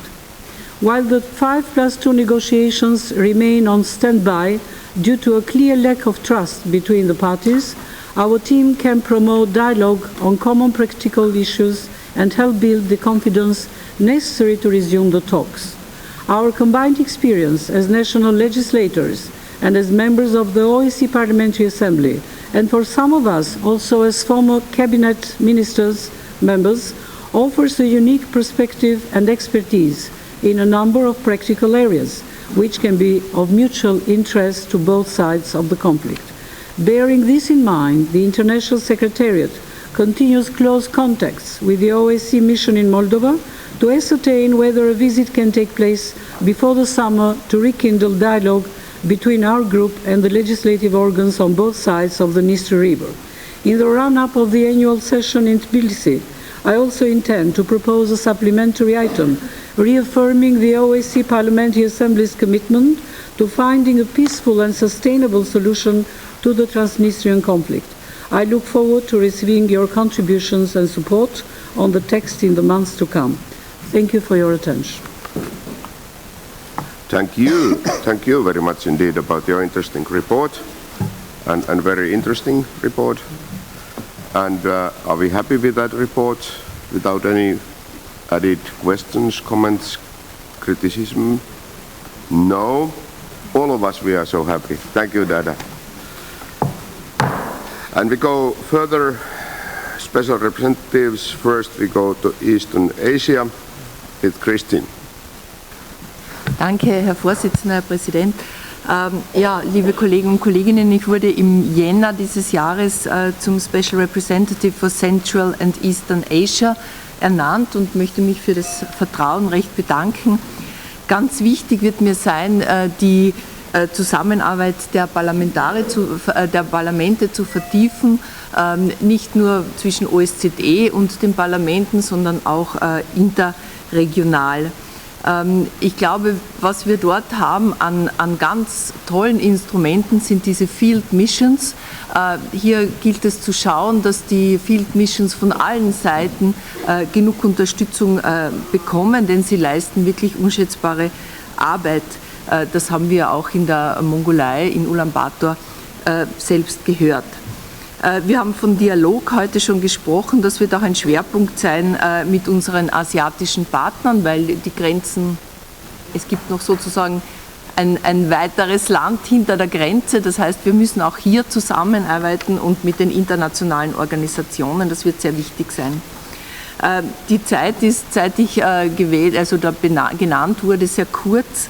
Aber ich habe doch schon etliche Gespräche gehabt. Ich habe mit den Vertretern der mit einigen Vertretern der Field Mission, als sie hier in Wien eine Sitzung hatten, sprechen können.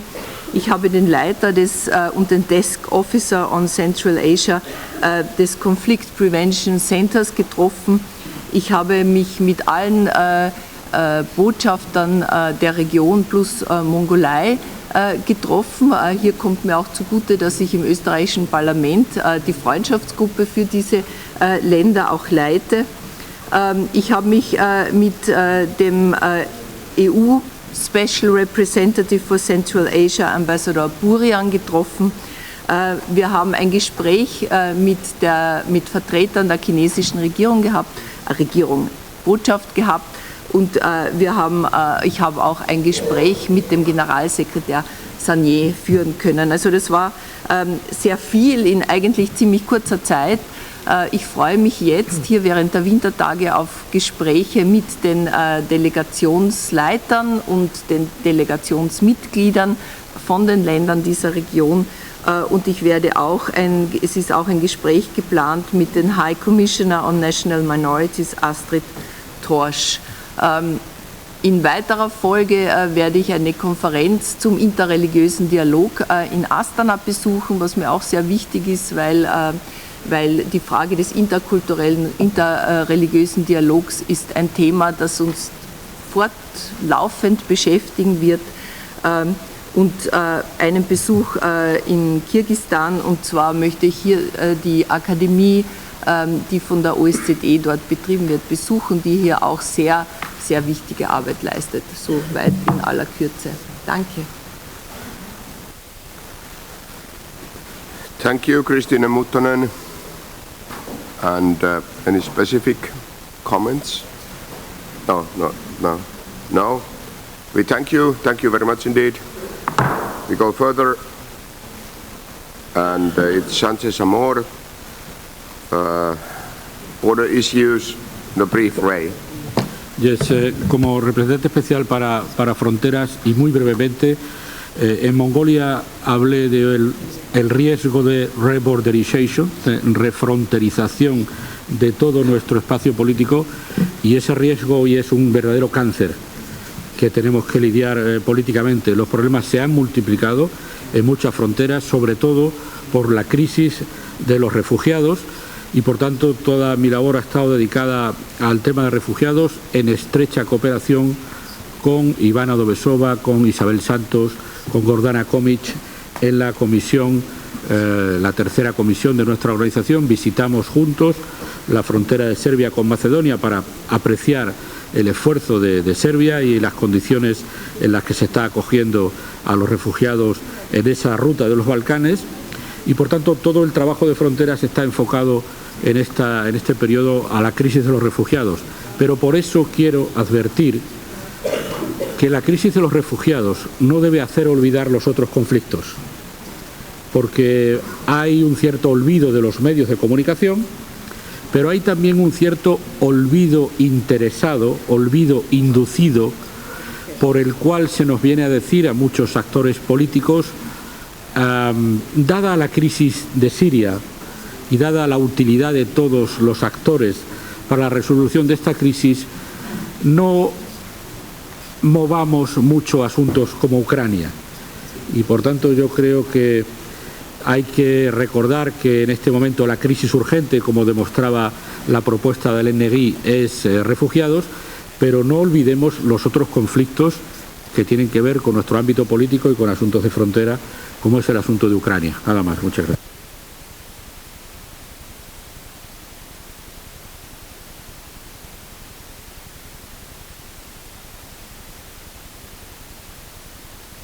The next speaker is Mr. Kovalyev concerning the anti-terrorism issues, and I do hope that you realize the time is very, very limited. Please. Спасибо, господин председатель, уважаемый господин председатель, уважаемый генеральный секретарь, уважаемые коллеги. Текст распространенного мною предложений направлен каждому руководителю делегации. Вы получили, и я надеюсь, имели возможность ознакомиться с этими предложениями детально. Это освобождает меня от необходимости подробно остановиться и затягивать свой доклад. Но на некоторых принципиальных, на мой взгляд, положениях я все-таки хочу остановиться.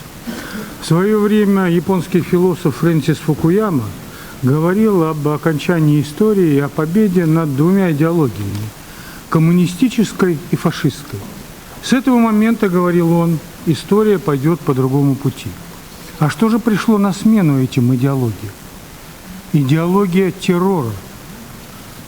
Противостоять этой идеологии оказались во многом страны просто не готовы. И руководствуясь сиюминутными соображениями, попытались использовать складывающуюся политическую ситуацию с целью достижения своих конкретных целей. Конечно, интересы у каждой страны свои, это понятно. Вот господин Санчес сегодня говорил о серьезных проблемах. Вот смотрите, под угрозой проведения террористических актов, сказал он, наложены некоторые ограничения на свободу средств массовой информации. Но у нас во всех странах существует угроза террористических актов. Означает ли это, что мы все должны ограничивать работу средств массовой информации?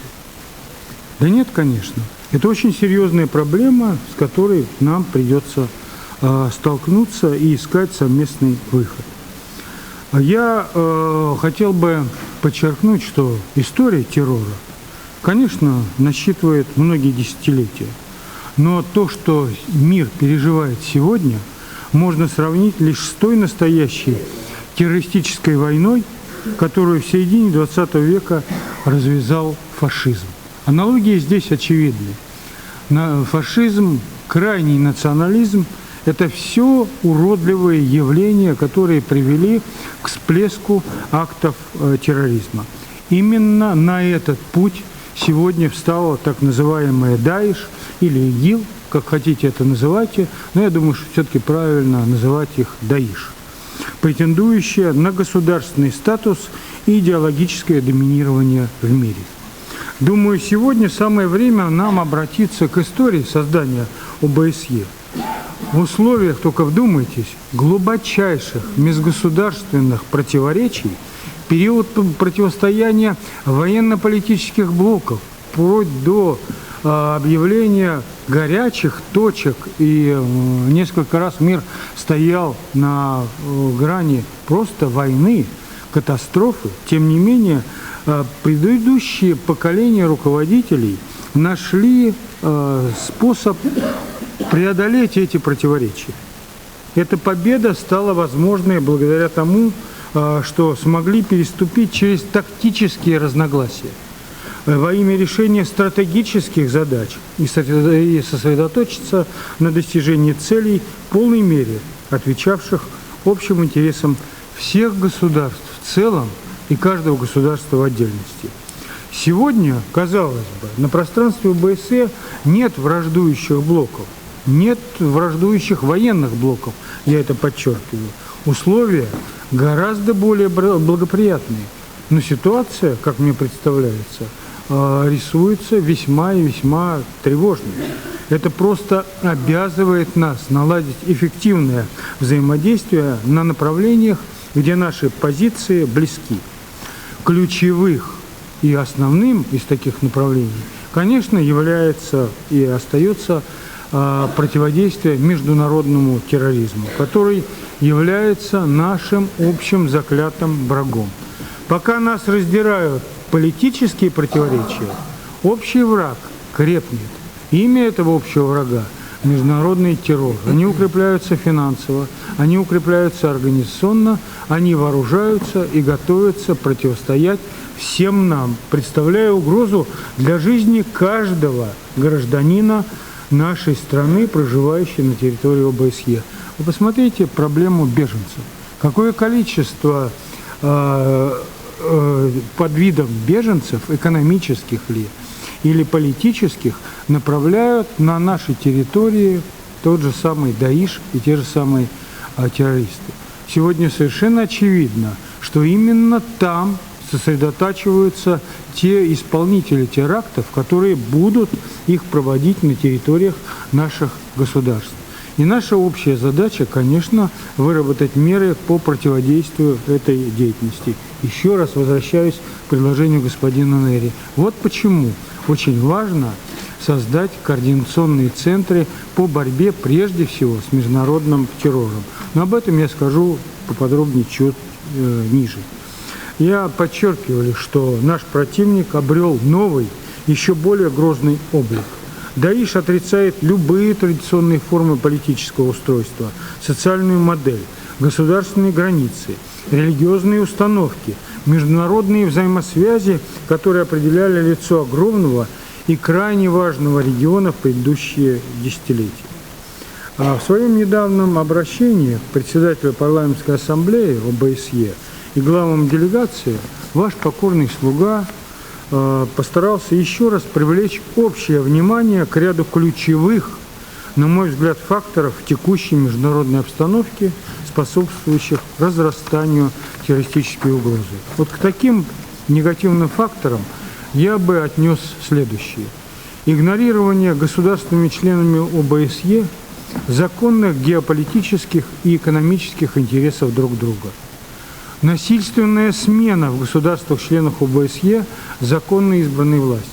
Какими мы бы здесь соображениями не руководствовались, тем не менее результат, которого мы достигли, я говорю мы, потому что это общая проблема, он прямо противоположен тому, который мы ставили.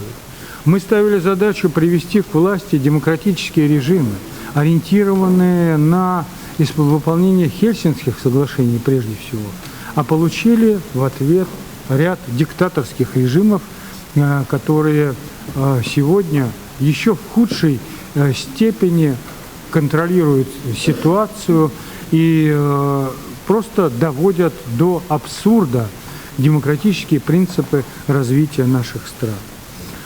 Я бы сказал, что одной из основных проблем, с которыми мы сталкиваемся, это попытка делить террористов на хороших и плохих. Вы знаете, невозможно человека с ружьем, человека, способного на совершение теракта, способного к самопожертвованию, вдруг провозгласить тем, что он борец за национально-освободительное движение. Теракт. Он поэтому и теракт, что недопустим в любой форме. Какие бы цели и задачи так называемые хорошие террористы, хорошие оппозиционеры, как хотите это называйте, они перед собой не ставят. Поэтому я хочу повторить мое предложение инициировать предметное обсуждение следующих тем.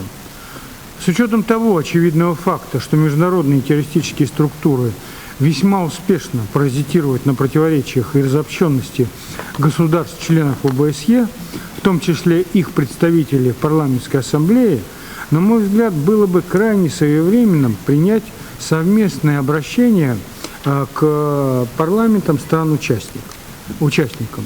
В нем может быть четко сформулирован наш призыв в сложившихся чрезвычайных условиях хотя бы на время отложить в сторону текущие противоречия и перед лицом новой угрозы человеческой цивилизации незамедлительно приступить к формированию максимально широкой антитеррористической коалиции. Особенно важным считаю блокировать любые попытки, откуда бы то они ни исходили, использовать исламское государство в региональной или геополитической игре. Мы сейчас с вами являемся свидетелями именно таких попыток. У каждой страны интересанта событий в Сирии свои цели и задачи, которые она пытается решить, в том числе с помощью террористических организаций. Это чрезвычайно опасная ситуация для всего мира. И одной из форм консолидации наших усилий на антитеррористическом направлении могло бы стать, я подчеркиваю это, предварительное изучение вопроса о создании специализированной международной антитеррористической организации с наделением ее полномочиями по поиску, выявлению, задержанию и изобличению участников любой террористической деятельности вне зависимости от ее политических целей. Вот тот центр, тот штаб, который позволит принимать решения и освободиться от взаимных подозрений и от взаимных претензий. Определение целей и организаций, которые ставят и решают проблемы с помощью актов террора, консолидированное общее мнение позволит нам, еще раз повторюсь и подчеркнуть, избежать попыток обвинения в каких-то личных интересах, в личной заинтересованности той или иной страны. Вот это, мне кажется, очень важным, так же, как и, на мой взгляд, надо срочно вернуться к проблемам, которые мы поднимали неоднократно, но, как говорят у нас на Руси, ВОС и ныне там. Речь идет прежде всего об унификации антитеррористических законодательств и выработка мер, направленных на скорейшее перекрытие каналов финансирования террористических организаций. Ну, убежден, конечно, и в том, что имеется настоятельная потребность в усилении взаимодействия спецслужб. Ну, смотрите, вот, там простой пример. Великобритания отказывается от сотрудничества с Россией по противодействию террору, исходя из политических соображений. Ну, последствия этого шага, на мой взгляд, катастрофичные и ужасные, потому что это взаимодействие могло бы предотвратить и спасти многие жизни на территории тех стран, которые, увы, сегодня от этой координации отказываются. Ну и, конечно, убежден в том, что парламентское измерение на территории, на антитеррористическом направлении, именно в регионе ОБСЕ, будет и впредь оставаться нашей важнейшей составляющей международных усилий в сфере предупреждения и борьбы с терроризмом. Спасибо за внимание. Вот коротко то, что я хотел вам сообщить. Thank you, Mr. Kovaljev. Thank you very much. It was and it is very, very interesting area of our agenda, not only today, but also in the future. We have very, very many items. We can totally agree with you, very much indeed, and we have strong consensus on various issues in your report, and we do need the increased cooperation what concerns the mutual cooperation also on the parliamentary level. But I'm not so sure if we will need new structures or new organizations and that kind of elements. It's more or less about our mutual cooperation which will solve the problems in a positive and constructive way. Very many relevant aspects, and we have to continue our discussion on your report. I'm ready for that, but just now, at the moment, we don't have that kind of possibilities to continue the discussion. We have to find a way to go further with the ideas. I gave only Lord Bowness one one floor and very briefly, but yes. Thank you very much, Mr. President. I will be extremely brief. That was a very proposal. We have to find a mechanism whereby this organisation can actually deal with things properly and with proper time. If these proposals were to be pursued, then I would suggest that they are actually specifically on the agenda of the Bureau for a proper discussion with notice, and not raised in general conversation when most of us have when there isn't time to pursue it. It's not fair to the people who put forward these kind of proposals to launch them in this way with no time to discuss it. So I would certainly support your notion that we can't go down the road of new structures today. That doesn't mean to say that there aren't proposals to be looked at in a proper way, given proper time. So we very much agree with Mr. Lord Bones, and we will continue with Mr. Koval. Короткая реплика. How to go? Yes. Вы знаете, уважаемые коллеги, я, конечно, соглашусь с тем, что прозвучало, но позволю себе напомнить, что предложения эти в развернутом виде были направлены в адрес нашего председателя парламентской ассамблеи, в адрес генерального секретаря и в адрес каждого руководителя делегации. Поэтому можно было ознакомиться. Да, но я абсолютно, если вы заметили, на мой взгляд, предельно корректно определил свою позицию. Необходимо приступить к обсуждению этого вопроса. Мы не ставим вопрос о обязательном создании такой структуры. Это было бы несколько преждевременно. Но обсудить и выработать нашу общую точку зрения, мне кажется, это необходимо. Yes, but we can agree that in next Bureau meeting we will make our decision how to proceed organizationally. Okay. Now we will continue. Thank you very much about your comprehensive report.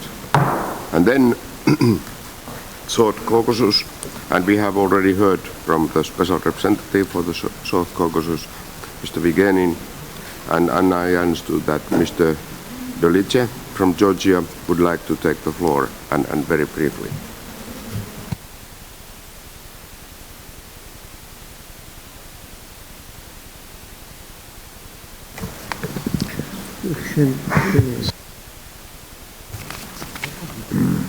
Sorry. Let me greet you and express highest consideration to all delegations presented here. It is always a pleasure to meet with the high representatives of the OSCE Parliamentary Assembly in the Parliament of Georgia, in Tbilisi, in our capital, and at various events in different countries also. However, this time we are witnessing a truly special occasion for Georgia. We have signed the agreement between the Parliament of Georgia and the OSCE Parliamentary Assembly concerning the 25th annual session of the Assembly to held in Tbilisi, Georgia, July 1st, 5 of 2016. The cooperation has reached a very specific benchmark. We all, along with all the political forces, representatives in the parliament, who share the overall consensus on the issue, decided that now the time has come for representatives of the nations united under auspices of the OSCE from Vancouver to Vladivostok to attend the OSCE Parliamentary Assembly annual session in our country. In the hectic times of turbulence penetrating the entire world, the members of parliament from various states will convene to discuss and elaborate on the issues of security, economy, and human dimension, so important for the stability and prosperity of the international community. As you may know, 2016 is the year of the parliamentary elections in Georgia, and Georgian authorities are committed to keep on the trend after the parliamentary elections of 2012. There were two consecutive elections in our country, presidential and local, that were highly praised and assessed by the international observers. Annual session of the Parliamentary Assembly will be one of the brightest indications of that attitude. Finally, let me once more welcome you in the Parliament of Georgia and state that today is a day of one more essential step made towards reaffirming our relations. Thank you. Thank you. Thank you very much indeed. And any short comments? Short, please. Прежде всего, хотелось бы поблагодарить многоуважаемую Дорис Барнетт за ее неутомимую деятельность по привлечению парламентской ассамблеи ОБСЕ к урегулированию того сложного застарелого конфликта, в котором оказалась Нагорно-Карабахская республика. Я бы не выступил, если не одно очень опасное заявление моего коллеги, руководителя азербайджанской делегации, которая взялась оценивать работу парламентской ассамблеи ОБСЕ, обвиняя ее во вмешательстве и в исполнении тех функций, которые не делегированы этой организации, и привела в пример реакцию сопредседателей парламентской ассамблеи ОБСЕ на недавно состоявшейся сессии парламентской ассамблеи Совета Европы, где было заявлено всего лишь об одном, что парламентская ассамблея ОБСЕ в целом урегулирование этого конфликта делегировал сопредседателям Минской группы ОБСЕ в лице Соединенных Штатов Америки, Франции и России. Надо сказать, за прошедшие годы было 5 заявлений президентов вышеназванных стран, которые призывали к взвешенному, объективному подходу в разрешении этого конфликта в рамках заключительного акта совещания по безопасности и сотрудничеству в Европе в Хельсинки от 1975 года. Любое начинание любой международной организации по урегулированию Нагорно-Карабахского конфликта вне рамок Минской группы ОБСЕ немедленно интерпретируется нашими коллегами как важный шаг вперед и, самое главное, как подспорье Минской группе ОБСЕ. Это недопустимо. Мы согласны, да, дискутировать на любом уровне, но чтобы не получилось, когда целый год лидеры, сопредседатели Минской группы ОБСЕ в лице Франции, России, Соединенных Штатов добиваются встречи президентов Армении Сержа Азатовича Саркисяна и президента Азербайджана, на что наш президент идет с конструктивным духом. На следующий день после переговоров говорят, что азербайджанская сторона, что это была бесполезная встреча ради галочки. И сразу после подобной оценки этой встречи, естественно, накаляется напряженность на линии противостояния Нагорно-Карабахской республики и Азербайджана. Я уже не говорю о том, бомбардировки тяжелой артиллерии территории независимого суверенного государства, каким является Республика Армения. Мы за конструктивный диалог, но этот диалог не должен служить как средство обструкции для деятельности Минской группы ОБСЕ. Спасибо. Now we go further, immediately. No further discussion on this topic today. And the next speaker is Mr. Ulla Elveston, and I do hope that every one of us, we understand the time. Ulla, please. Thank you, Mr. President. Colleagues, I will be brief. It's an honor to have been appointed the OSCE PA Special Representatives for Arctic issues. The challenges for the Arctic area are geopolitical, environmental, and economic and human rights related. They cut across all dimensions of human security that the OSCE works on. Mr. President, it was quite befitting that my first task after being appointed was to attend the Paris climate negotiations, the COP21. And luckily, we now have an agreement, and an ambitious agreement. Because if you look at the Arctic, we It is sad to say that this January was the warmest month ever recorded in the Arctic, and the extent of sea ice is the lowest on record since the first measurements in 1978. The temperature in the Arctic increases twice as fast as the global average. This has dramatic effects for the region.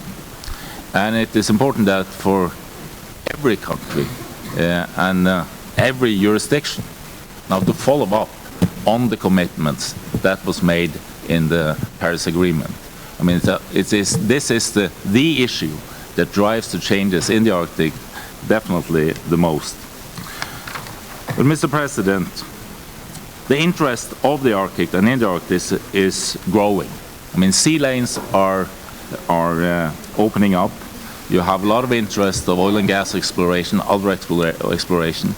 And of course the challenge is to how do we have an economic sound development in the Arctic whilst at the same time we can preserve the natural world. This is an issue that I also meet myself in my position as chair of the Committee on Energy and Environment in the Norwegian Parliament. It's a discussion that we have all the time. And of course I've had several meetings with different oil and gas exploration companies. I always have meetings with Greenpeace, other environmental groups. I will in April have a trip to Spitsbergen also to understand more about the changes that is happening. When it comes to political cooperation in the Arctic Councils is of course the most important organization. And I think I have a good cooperation with the Standing Committee of Parliamentarians of the Arctic region and will follow their work as close as possible as a special representatives. The indigenous people in the Arctic area are facing a particular challenges. And as special representative, this is something I would also like to look more into. I have already visited the Duka people in Mongolia, the southernmost southernmost people that works with reindeer husbandry in the world. I also have meetings with the International Center for Reindeer Husbandry that is situated in Kautokeino in the northern parts of Norway, and also of course the Sami Assembly. This is people that have a great challenge on how they can keep both their culture, how to keep them develop their economy, and also to preserve their languages and other challenges in the future. So, Mr. President, this is my report of this today, and as I said, it's a great honor to have been appointed this special representative. Thank you. Thank you for the first time on this issue, and we will continue with this very important topic. Thank you very much about your work and your presentation. Next speaker is Michel Voisin from France, please. Oui, merci Monsieur le Président. Je serai très bref. Vous m'aviez fait l'honneur il y a plusieurs années de ceci de me nommer représentant spécial pour l'Afghanistan. Et je m'y suis rendu à plusieurs reprises, tant en tant que représentant spécial pour notre Assemblée, mais aussi en tant que vice-président de la Commission de la Défense et des Forces armées du Parlement français. Je m'y suis rendu la dernière fois, mais au Turkménistan, pour étudier les problèmes de frontières, des frontières afghanes. Il était prévu que, pour terminer mon rapport, je m'y rende au mois de décembre dernier, mais 48 heures avant mon départ, à peine 48 heures, vous avez tous connu les menaces qui pesaient sur les ambassades occidentales et sur les convois officiels. On m'a donc demandé de renoncer à me rendre à Kaboul comme il était prévu. Et je voudrais quand même vous rappeler, et comme vous le savez, l'année 2015 a été plus meurtrière en Afghanistan. Environ 10 000 attaques et attentats terroristes ont été dénombrés et une nette accélération en novembre et décembre. On dénombre plus de 11 000 victimes civiles, parmi lesquelles 3 540 morts de faits de violence. Et l'année 2016 a tristement démarrer. Alors, Monsieur le Président, si je puis me féliciter de la reprise à Islamabad il y a 2 semaines des discussions et du processus de paix qui avait été interrompu en juillet 2015 à l'annonce de la mort 2 ans plus tôt du fondateur des talibans, le Mollah Omar, qui a donné lieu à une bataille de succession. Notre président n'a pas prolongé l'existence du mandat de représentant spécial pour l'Afghanistan.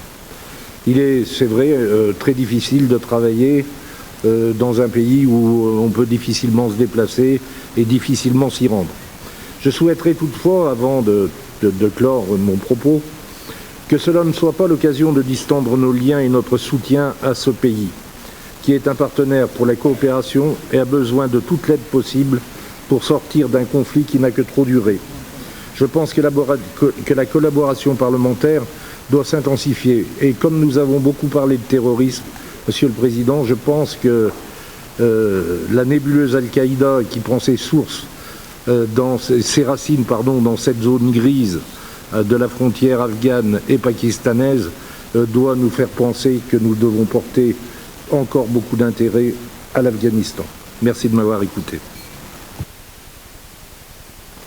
Thank you, and I suppose all of us we agree that we are more than grateful for our special representatives for their excellent work in various ways, and we will still have one report from the Baltic Sea area, Mr. Klimke.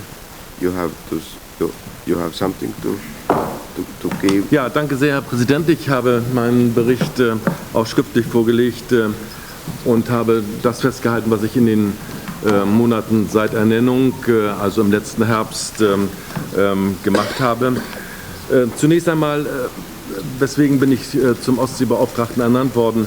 Nun, die Konfliktsituation, über die wir heute hier sprechen, ob es die Ukraine ist, ob es Syrien ist, ob es Nahost ist, sind auch Themen wie Abrüstung, Sicherheit, vertrauensbildende Maßnahmen, Zukunft der Menschen, sind Fragen, die natürlich auch in der Ostseeregion eine Rolle spielen. Und von daher ist es sehr gut und sehr richtig, dass auch in diese Region entsprechende Signale von der OSZE gegeben werden. Dabei verstehe ich meine Aufgabe auch über die Sicherheitspolitik natürlich hinausgehend.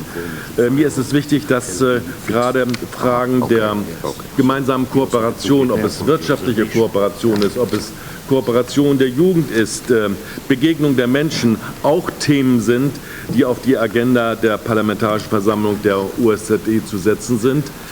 Im Übrigen Themen, die auch Deutschland bei seinem OSZE-Vorsitz in diesem Jahr auch wesentlich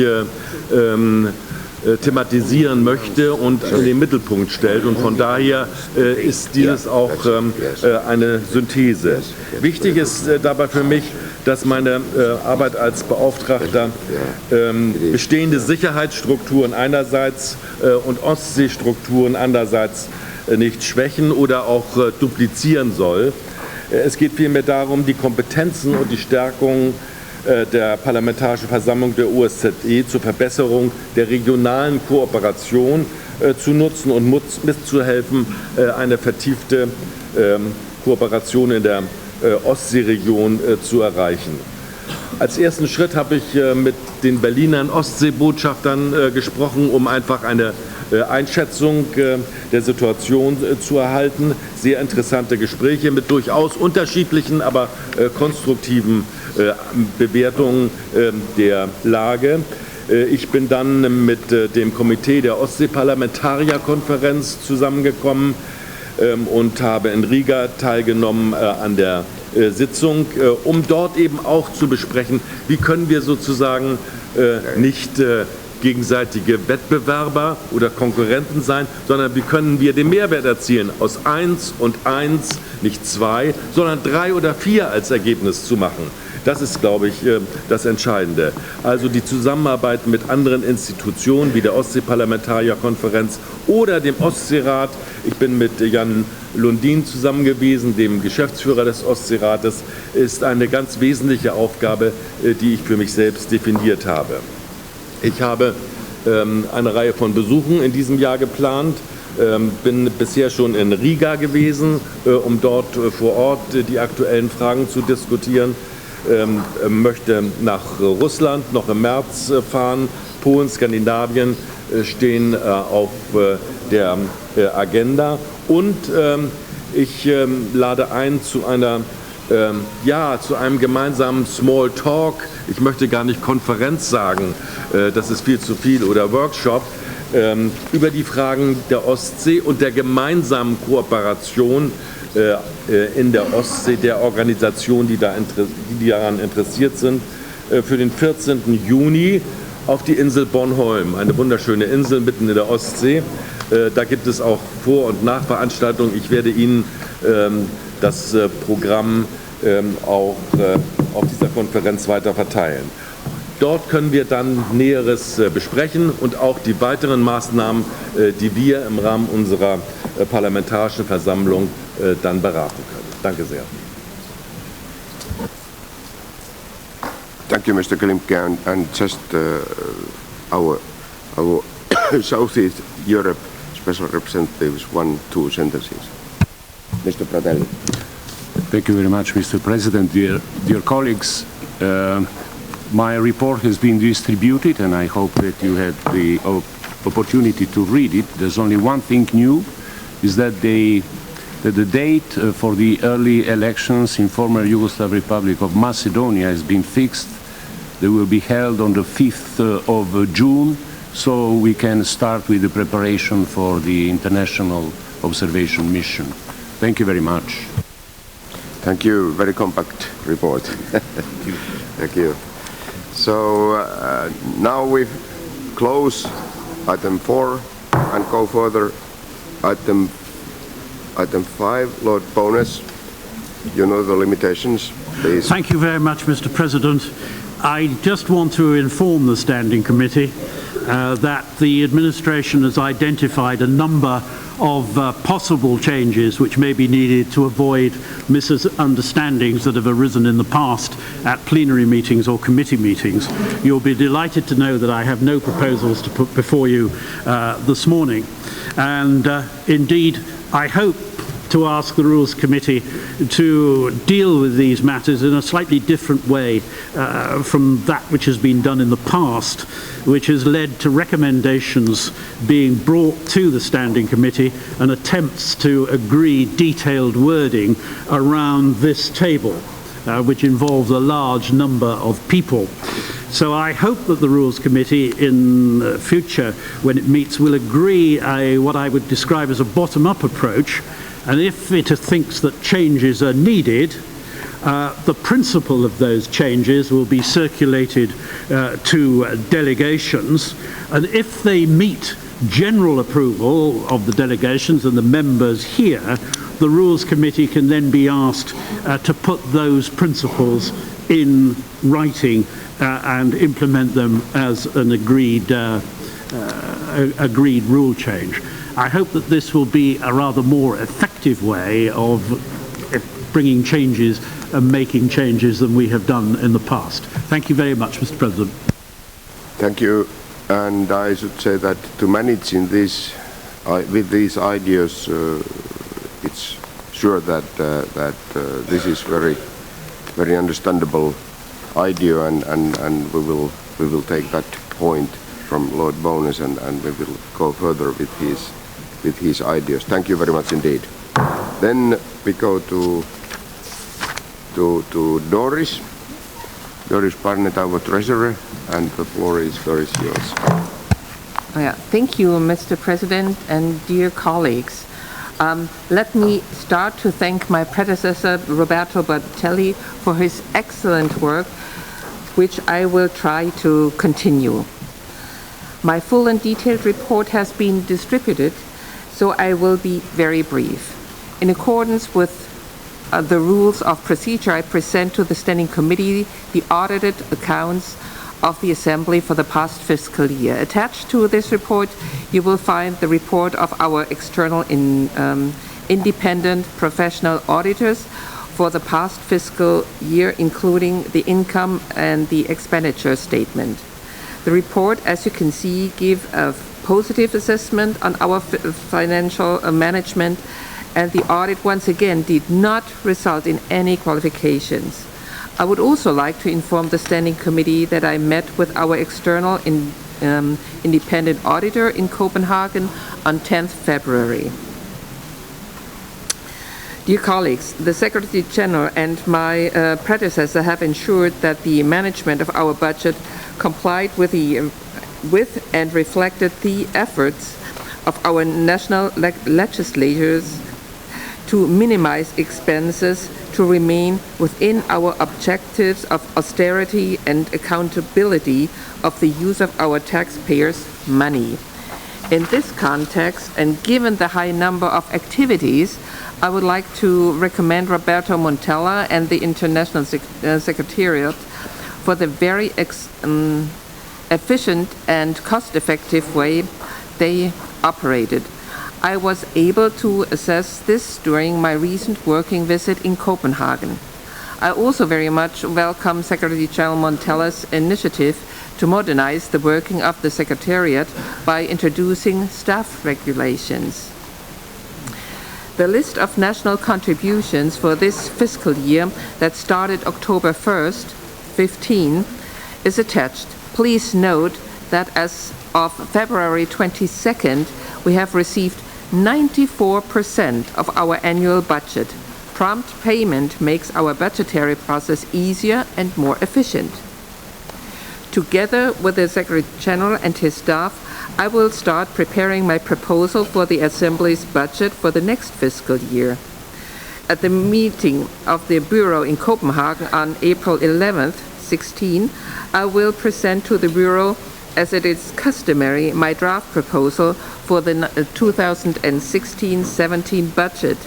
After receiving the Bureau's feedback and approval, I will circulate the draft budget to the Standing Committee no later than June 1st. This is in compliance with the rules, which ensures that the Treasurer provides sufficient time for the members of the Standing Committee to study the proposed budget carefully before its adoption. I would also like to take this opportunity to thank again the Danish Parliament for its important and financial contribution in providing for our offices in Copenhagen and assisting with the payment for technical equipment.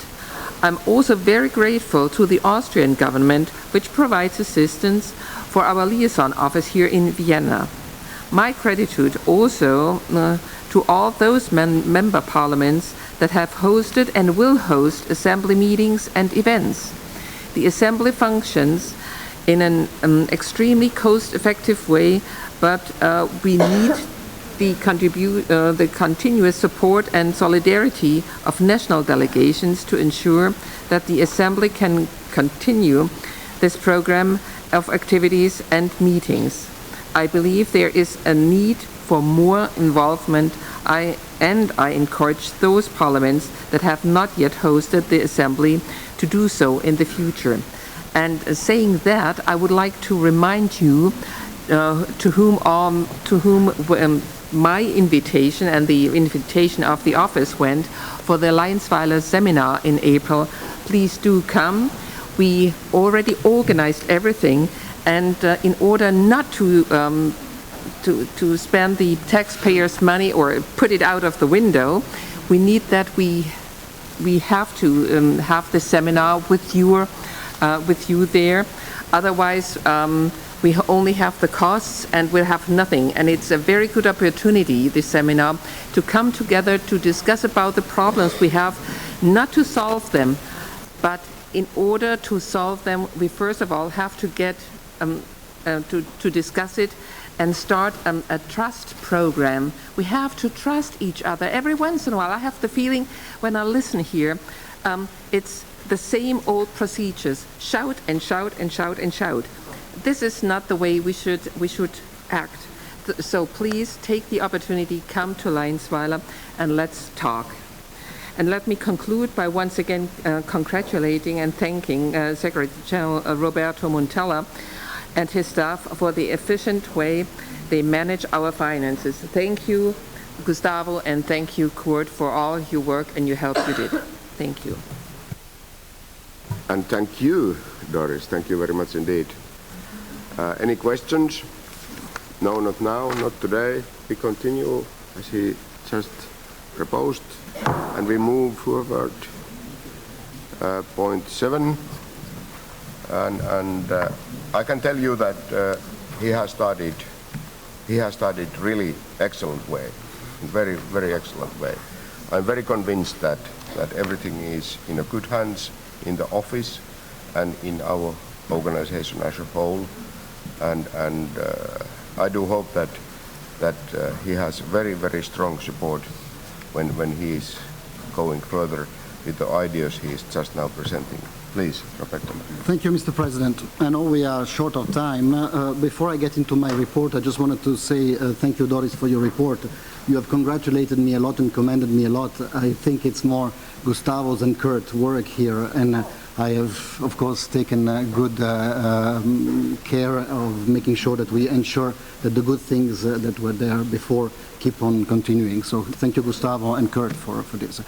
Ever since I was elected in July, I've had many conversations with many of you, with my colleagues at the Secretariat, and many had advice on what I should do, what I should not do while I was about to take my new duties on the 1st of January. The underlying advice, if I could sum it up, that I got from my colleagues is that I should make sure that I try to modernize the Secretariat, but that I make sure that I don't make this something about myself. Everybody, if I could sum up, the advice was, Roberto, make sure that you don't do this something only about yourself. Make sure that you create the conditions for us, the Member of Parliament, to use the little time that we have to dedicate to OSCE work and to international affairs, so that we can use this time in an effective manner, so that we can do concrete work that has some effect on the ground.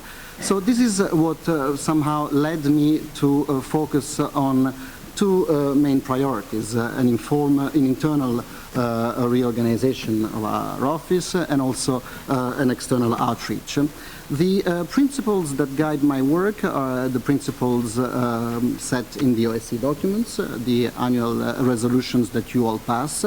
And what really guides my approach is principles. Many people have told me, look, take your time, just look into the situation as it is now, try to assess it, then once you have adapted them, you make some proposal and advance. The principles that have guided my first months was principles of absolute impartiality in this work. Absolute impartiality, there will be no double standards in the way I conduct the Secretariat. I've come to this position not because I am somebody who's been proposed by one bloc of countries or another bloc of countries, or because there was a strong support from a particular country. I've come to this position because this was the decision of the Bureau, because the Bureau felt that you needed somebody who has experience on the field, that has experience of the OSCE, and it could bring some new ideas and some new fresh air. So, as you can see in this presentation, efficiency, impartiality, non-partisanship, and fair play. This is my guiding principles. One of the priorities is to reinforce the Secretariat. The Secretariat has a great key, it's flexibility. The staff works in many areas. They are very efficient. You can see that they have many different titles, but they cover many different areas. What I want to do as a first priority was to provide some security to the staff. So far, we have had a management that was very much focused on one strong leadership. What I want to do is try to detach as much as possible the arbitrary elements in the running of the staff and introduce more staff regulations. For this, I've looked at the OSCE experience, I've looked at the experience of other international organizations, and also the experiences of the Parliamentary Assembly of the Council of Europe and NATO. So in the months to come, together with the help of Gustavo and Kurt and management of the Secretariat, but in consultation, of course, with the leadership, we'll try to introduce some new staff regulations that provides a bit more security to the staff. Of course, we also enjoy the help of the richer fellows, and this is something that always my predecessor commanded. I intend to do so. I am one of those in 1998, so of course we will continue with this program. This is on the internal aspect. Another important priority was reaching out to the external partners, to the OSCE. We've had in the past always a very strong dialectic with the governmental side, with the other institutions. I think one of the messages I received very clearly from all of you as I approached you before Helsinki was, look, Roberto, we want to use our time to do concrete work, and we want you to ensure that we can work together with the organization in order to be able to deliver concrete results on the ground. There are many issues in the OSCE regions, in Donbass, in the Caucasus, in Transnistria, and migration, terrorism, as we've heard today. These are the big priorities. The big priorities is not our positioning within the OSCE architecture. Our big priorities is these problems on the ground. And I think the message I got from you was, Roberto, please enable us to be able to contribute to these issues that are pending in the OSCE region, and allow us to make sure that we can work together with the organization in a cooperative fashion, in a way that is more effective in order to enable us to deliver concrete results. So this is what I have worked in the first months. We've been meeting here in Vienna, the Secretary General, in Vienna, in Warsaw, the ODIHR Director, and we've discussed with them ways of cooperating which go beyond the simple fact, okay, we are more friendly with each other, we are just more respectful of each other, but also to see more concrete ways how we can do and how to make this cooperation. I will not take too much of your time. I see you're watching the clock. I will not go through all our activities. They are in the written report, but I'll just take the opportunity to maybe hand over the floor to Andreas Notella to say a few things about the Vienna office in the upcoming meetings, and then I will take again the floor. Okay. Thank you. Thank you, Robert. Thank you very much. You receive regular updates from me in the form of a PC brief of 1 page. You may have noticed lately that it has not always come on a weekly basis. Apart from organizational reasons, the main reason is that there has been very little substance to report, despite the huge amount of work that we put in the coverage of all the meetings on the governmental side. The European divide governs most discussions, and it is, of course, the crisis in and around Ukraine that absorbs most energy in the meetings. This is also symbolized by the fact that the Special Monitoring Mission's budget contributes to 1/3 of the OSCE expenditures. Apart from the positive fact that the necessary steps have been taken to extend this mission for another year, every week we witness here in Vienna in the Permanent Council the same fruitless discussions, not only in the Permanent Council, by the way, also in the Forum for Security and other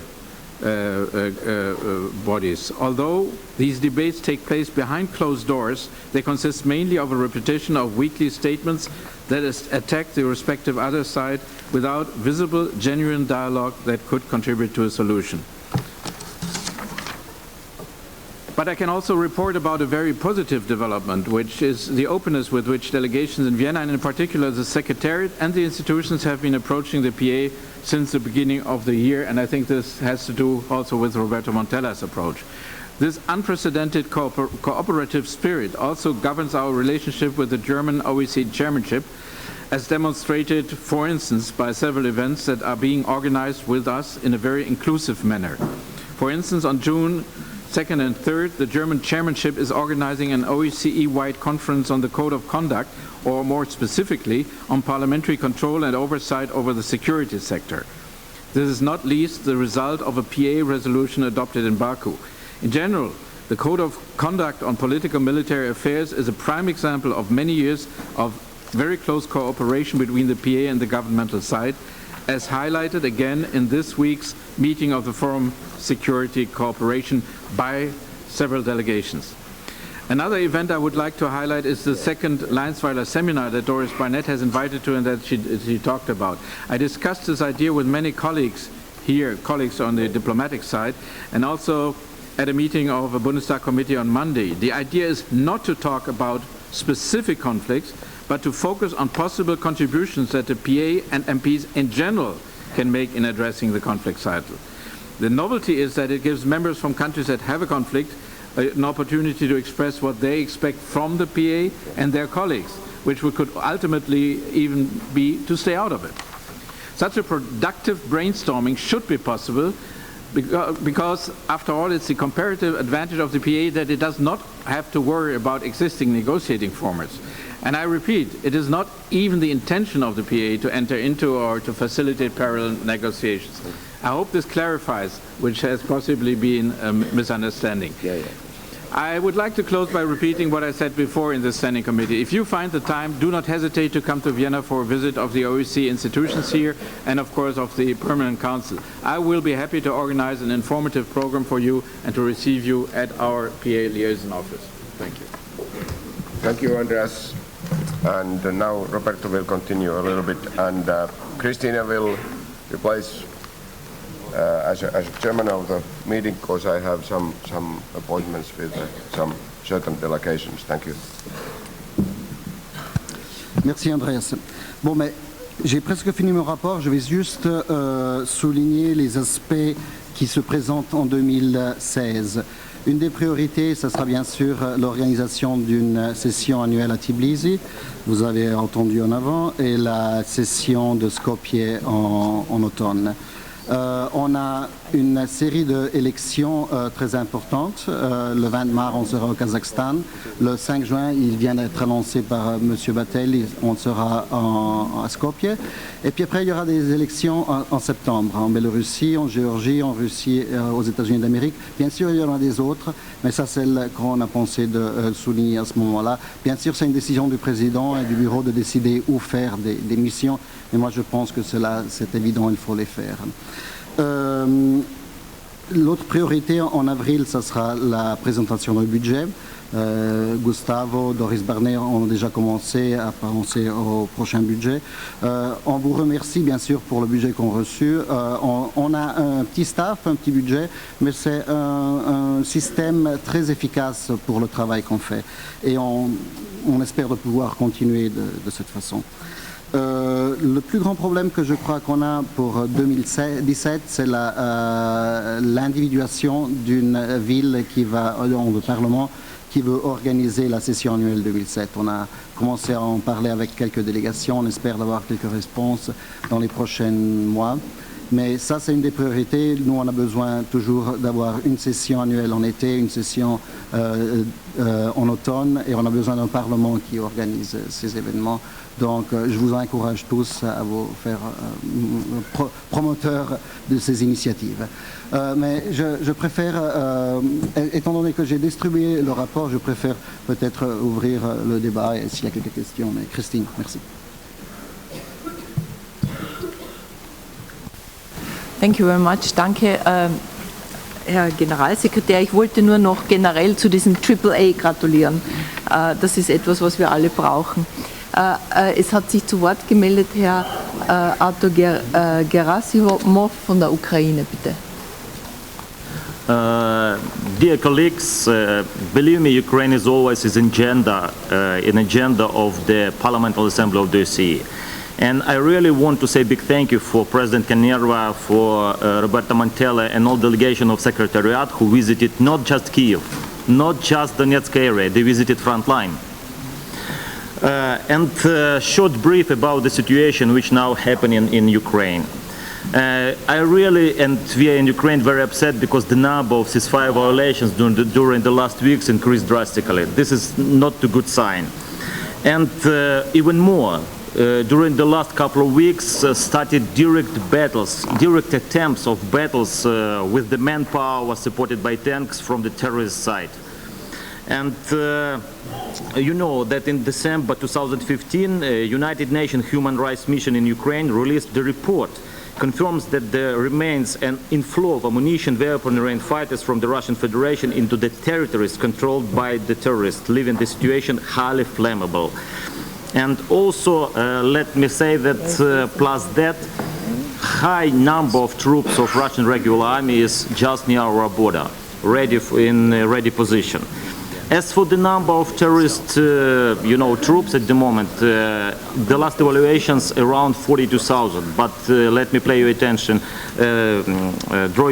to the following things: that more than 22,000 came from Russia. More than 8,000 is a regular Russian army. And if you will calculate, more than 70% of these troops came from Russia. And as for the next issue about the hostages release, the issue is going very, very hardly. And you know that the most important case for us, our parliamentarian Nadia Savchenko, still illegally kept in the Russian prison and no movement at the moment. Also, we are really very, very upset about increased number of human rights violations in Crimea. And because of that, we invited one of the Crimean Tatars leaders, Rifat Chubarov, to our assembly, and today will be decided event related to human rights violation in Crimea. So please come and ask direct questions for this person who is here to answer all the issues. And about special monitoring mission, they are really the heroes. We are really supporting their activity, and thank you very much for supporting SMM here. What I want to stress your attention, let's increase our efforts with purpose to increase technical capabilities of the mission. I mean drones, I mean satellite data support, with purpose to increase their technical capabilities with monitoring of the border and monitoring all the area. And last but not least, I totally support Doris Barnett. Trust what we really need. But for Ukrainians, as very reliable partner, trust is follow the Minsk agreements. Thank you. Thank you very much. We are in need of time, as you know. The next speaker is Lord Bowness, please. Thank you very much indeed, Madam President. I want to thank the Secretary-General for his report and welcome the steps that he's taken, and particularly that they've been taken in wide consultation with members and indeed our other partners within the OSCE umbrella. I mean, just in passing, the progress is remarkable, and we mustn't allow anything or anybody to undermine that or slow it down in any way. What I do think, however, is that we cannot leave all this change to the Secretary-General. Some of it is his responsibility in terms of running the office and the staff. But I think there needs to be involvement of members to take control of the changes that we need to our working practices to achieve the things that so many people around this table have said they want to achieve this morning. And not least of that is the management of our time, of which this morning is a prime example of reorganization being needed, discussing as we are critical matters under extreme time pressure. So I would hope, and this is not a proposal, I put this just on the table, I would hope that the President would consider widening the mandate of the Rules Committee under whosoever chairs it, to look not just at rules but working practices which may lead to changes in the rules, and discussing that in a wide way, widening the mandate of the committee and widening the membership to include those members who've got positive ideas as to how our time could be better spent not only in Vienna but wheresoever the annual meeting takes place. And I think this is not to put take away from the Bureau, not to take away from the Standing Committee, but to actually have a group of members who are going to see things from a member's point of view and will be prepared to put before our colleagues proposals to, as I say, make much better use of our time and improve our working practices. So I hope, Madam President, you can convey that to the President as a wish at least I would want to express. Thank you. Thank you very much. Now, Mr. Guliev from Azerbaijan has the floor. Thank you, Madam President. First of all, I'd like to congratulate my friend, Secretary General Roberto, for his very successful steps made for the last 2 months. And of course, I found the report very much interesting and promising. I'd like to underline particularly 2 main points that was reflected in the report. First is about the solid statement and the commitment as a Secretary General to the principles that was underlined here, which is impartiality and no double standards. I really appreciate that. I think it will be served to the cohesion of our organization, to the strengthening of our organization, and of course to be much more strong. And another one is, I see the attempts by the new Secretary General to combine the common efforts in order to bring all the OSCE institutions much more closer and to improve the collaboration environment for that. I think which is very important and needed for the time being. And also I really welcome the meeting that Roberto Mantello held for the past 2 weeks in various countries with various organizations, particularly with ODIHR. I think really we have to think how we can lift all this misunderstanding or dissatisfactions that we have as a country and as an organization. So, Mr. Mantello, I would like to wish all the best. And I think you will be really sign and the symbol of the unity of the Secretariat. You will organize this secretary work as a single team and of course provide the excellent job for the Parliament Assembly. My congratulations. Thank you. Thank you. Ms. Zenzer from Portugal.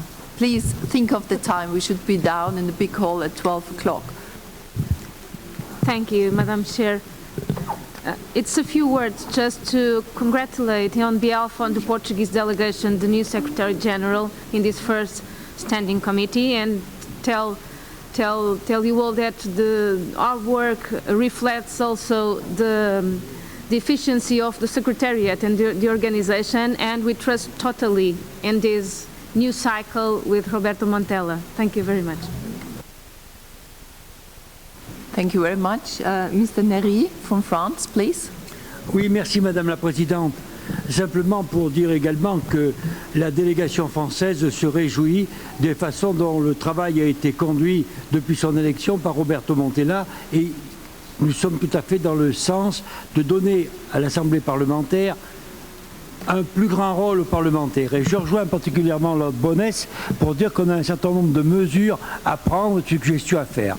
Je crois que, puisque nous sommes dans l'Assemblée parlementaire, les parlementaires doivent avoir une place prioritaire dans les débats. Et donc il faut qu'on renforce la place et le rôle des parlementaires dans les débats de notre Assemblée. En particulier, je crois que très utilement, on s'aperçoit qu'on a toujours une très grande difficulté pour gérer notre temps, et que chacun est obligé, bien entendu, de limiter ses interventions. Aussi, je souhaiterais que, lors des débats, il est bien normal et naturel qu'on ait des experts qui viennent nous apporter la richesse de leur réflexion, pour également nous apporter à nous des éléments supplémentaires pour traduire dans nos actions leurs réflexions et nos débats. Mais donc, je souhaiterais peut-être qu'une suggestion soit faite et que le staff de Roberto Montella réfléchisse peut-être à diminuer le nombre d'intervenants dénommés experts dans nos débats pour réserver plus de temps à l'intervention des parlementaires. Je crois qu'au lieu d'avoir 3, 4, 5, 6 experts, nous pourrions peut-être très utilement avoir 2 experts, un pour, un contre dans nos projets, et puis avoir, nous, du temps pour discuter et apporter la réflexion des parlementaires. Nous sommes une assemblée parlementaire, je le répète, priorité à l'implication des parlementaires et au rôle des parlementaires et des délégations. Thank you very much. Mr. Teritelli from Georgia, please. Thank you very much. We are all very brief, we understand our time line. So that's very clear that we have very good understanding with the parliamentarians and the delegations, heads or bureau members with the new Secretary General. And it's a very open process and it's a very transparent, which I really like. position of Roberto and the staff that to discuss all the issues among us, because we all, both sides, the Secretary and the parliamentarians, should move this organization forward. And I see this will. And there are a lot of new ideas which already came up from Roberto, and we're also contributing. So let's use this very good opportunity and really work together as a one team. But we appreciate that very much, and it should affect our everyday work. It should affect our organizational work. There were several objections, and I know that you are taking all this, picking up all these points, and then we will discuss it together. One thing, I hope that we will also improve and increase cooperation, or let's say to increase our voice in the PC. And with Mr. Notella, you as a Secretary General will find also some modalities to have more strong cooperation. Let's say we already told about, for instance, to use more effective our committees, like hearings and different also settings to present our work, and also to see how accountable is the executive branch, let's say, to the resolutions and decisions that we made in the Assembly. Thank you. Thank you. Mr. Lombardi from Switzerland. Thank you. The last years, dear colleagues, the international challenges and the dramatic changes in and around Europe requested what we could call a wake-up of the somehow sleeping OSCE. To face this new responsibility, we need also a more efficient parliamentary assembly, and I can only support what has been said from some colleague, asking for more efficient use of our time, more time dedicated to our political debate, more structured debate when we take the items one after the other. We have great expectations in the new Secretary General, and I'm happy to hear that things are already developing. I think we have to give more intensity and order also in our debates in the general committees, and maybe it would not be bad to have a list of the delegates of each delegation in the different general committees. We spoke about new structure of financing in Ulaanbaatar, but this discussion was very disappointing. I think we need certainly more financial resources for the goals we are working to, but in order to get them, we need a structured discussion also on these financial issues, and Ulaanbaatar was disappointing. So I can only support the idea that Secretariat and Bureau are the motor of our Assembly, but the request or the proposal of Lord Bones is absolutely important, that also the subcommittee of rules of procedure could work on a new way of structuring our debates for more efficiency. Thank you. Thank you. Roberto, you will answer the suggestions. Thank you very much. Very briefly, I just wanted to welcome Lord Bones' proposal. I think enlarging the Rules Procedure Committee with greater responsibilities to also look into general reform of the Parliamentary Assembly or our work is the right place to do it. This also encompasses the comments that came from Monsieur Neri. You know, you are, of course the Secretariat gives an input, but you are the driving force of this organization. It is a parliamentary organization. You have to give us the general guidelines. So it's good that it's done in that committee where the parliamentarians are, and you decide how you want to shape this assembly. I propose, I say let's have more focus also on the work on the field, but maybe you disagree, maybe you want to do other things. So it has to be done inside a committee like Lord Bones proposes, because there everybody can be included in this committee. Everybody wishes to say something on the governance of the Assembly can be included in this committee and can make their proposals. Of course, I will contribute also with some ideas coming from me and with my colleagues from the Secretariat. Cooperation with the ODIHR. This has been a long debated issue. I will not get into the details of this. The only point I want to say is that it is not la coopération pour la coopération. It's cooperation because what we do together is good end result. So our focus is what it is for. Is it for providing a better service to the citizens of the places where we observe elections? So we need to cooperate not because we just want to be friendly with each other, but we want to cooperate because by cooperating we produce a better product on the ground. Election Observation Mission is indeed our jewel as an organization. We need to preserve it, and we need to preserve it working together with the ODIHR. And last week in Warsaw we have discussed at length this, and I'm happy that Michael Link is a former parliamentarian, so obviously he thinks like you and he thinks in this direction. So I don't think you will hear any more problems in this department. Ambassador Notelle, of course, because it was mentioned also representing our assembly in the PC, is part of the staff, of course, as you know, but he's also, when he speaks in the Permanent Council, he represents the oppositions. He represents the positions of the Standing Committee, of the President of the Assembly. So this is a very important role, and so this has allowed us a lot to interact with the governmental side. And I also encourage you to come, not only to Copenhagen to visit us at the Secretariat, but also to come to Vienna and to see how the proceedings here take place, and Ambassador Notelle will help you, of course, understand the internal kitchen of the OSCE. One last point, Alain Henry said, of course, we need to leave more time for the parliamentarians to speak because this is a parliamentary organization. I hope you can see today from today's report that the Secretary General's report was very much far down below in number 7. I know that normally, you know, like it was a keynote speech. I do see that the Secretary General's report should be housekeeping exercise towards down in the agenda, thus leaving much more time for the political debate. But thank you very much for all your words of support, and I hope we will keep this momentum. I expected that there would be a moment of interest, so I'm not surprised that there is support. The priority is to keep the momentum, you know, because of course a honeymoon period lasts for a while, but what I want to make sure is that it continues in the long time, and that there is complete delivery of these very good announcements that we've made now.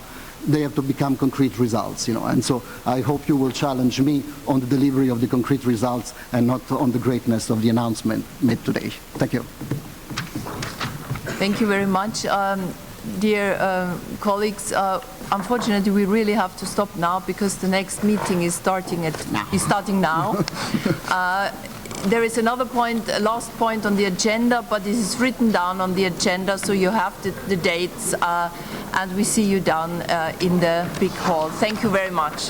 Thank you.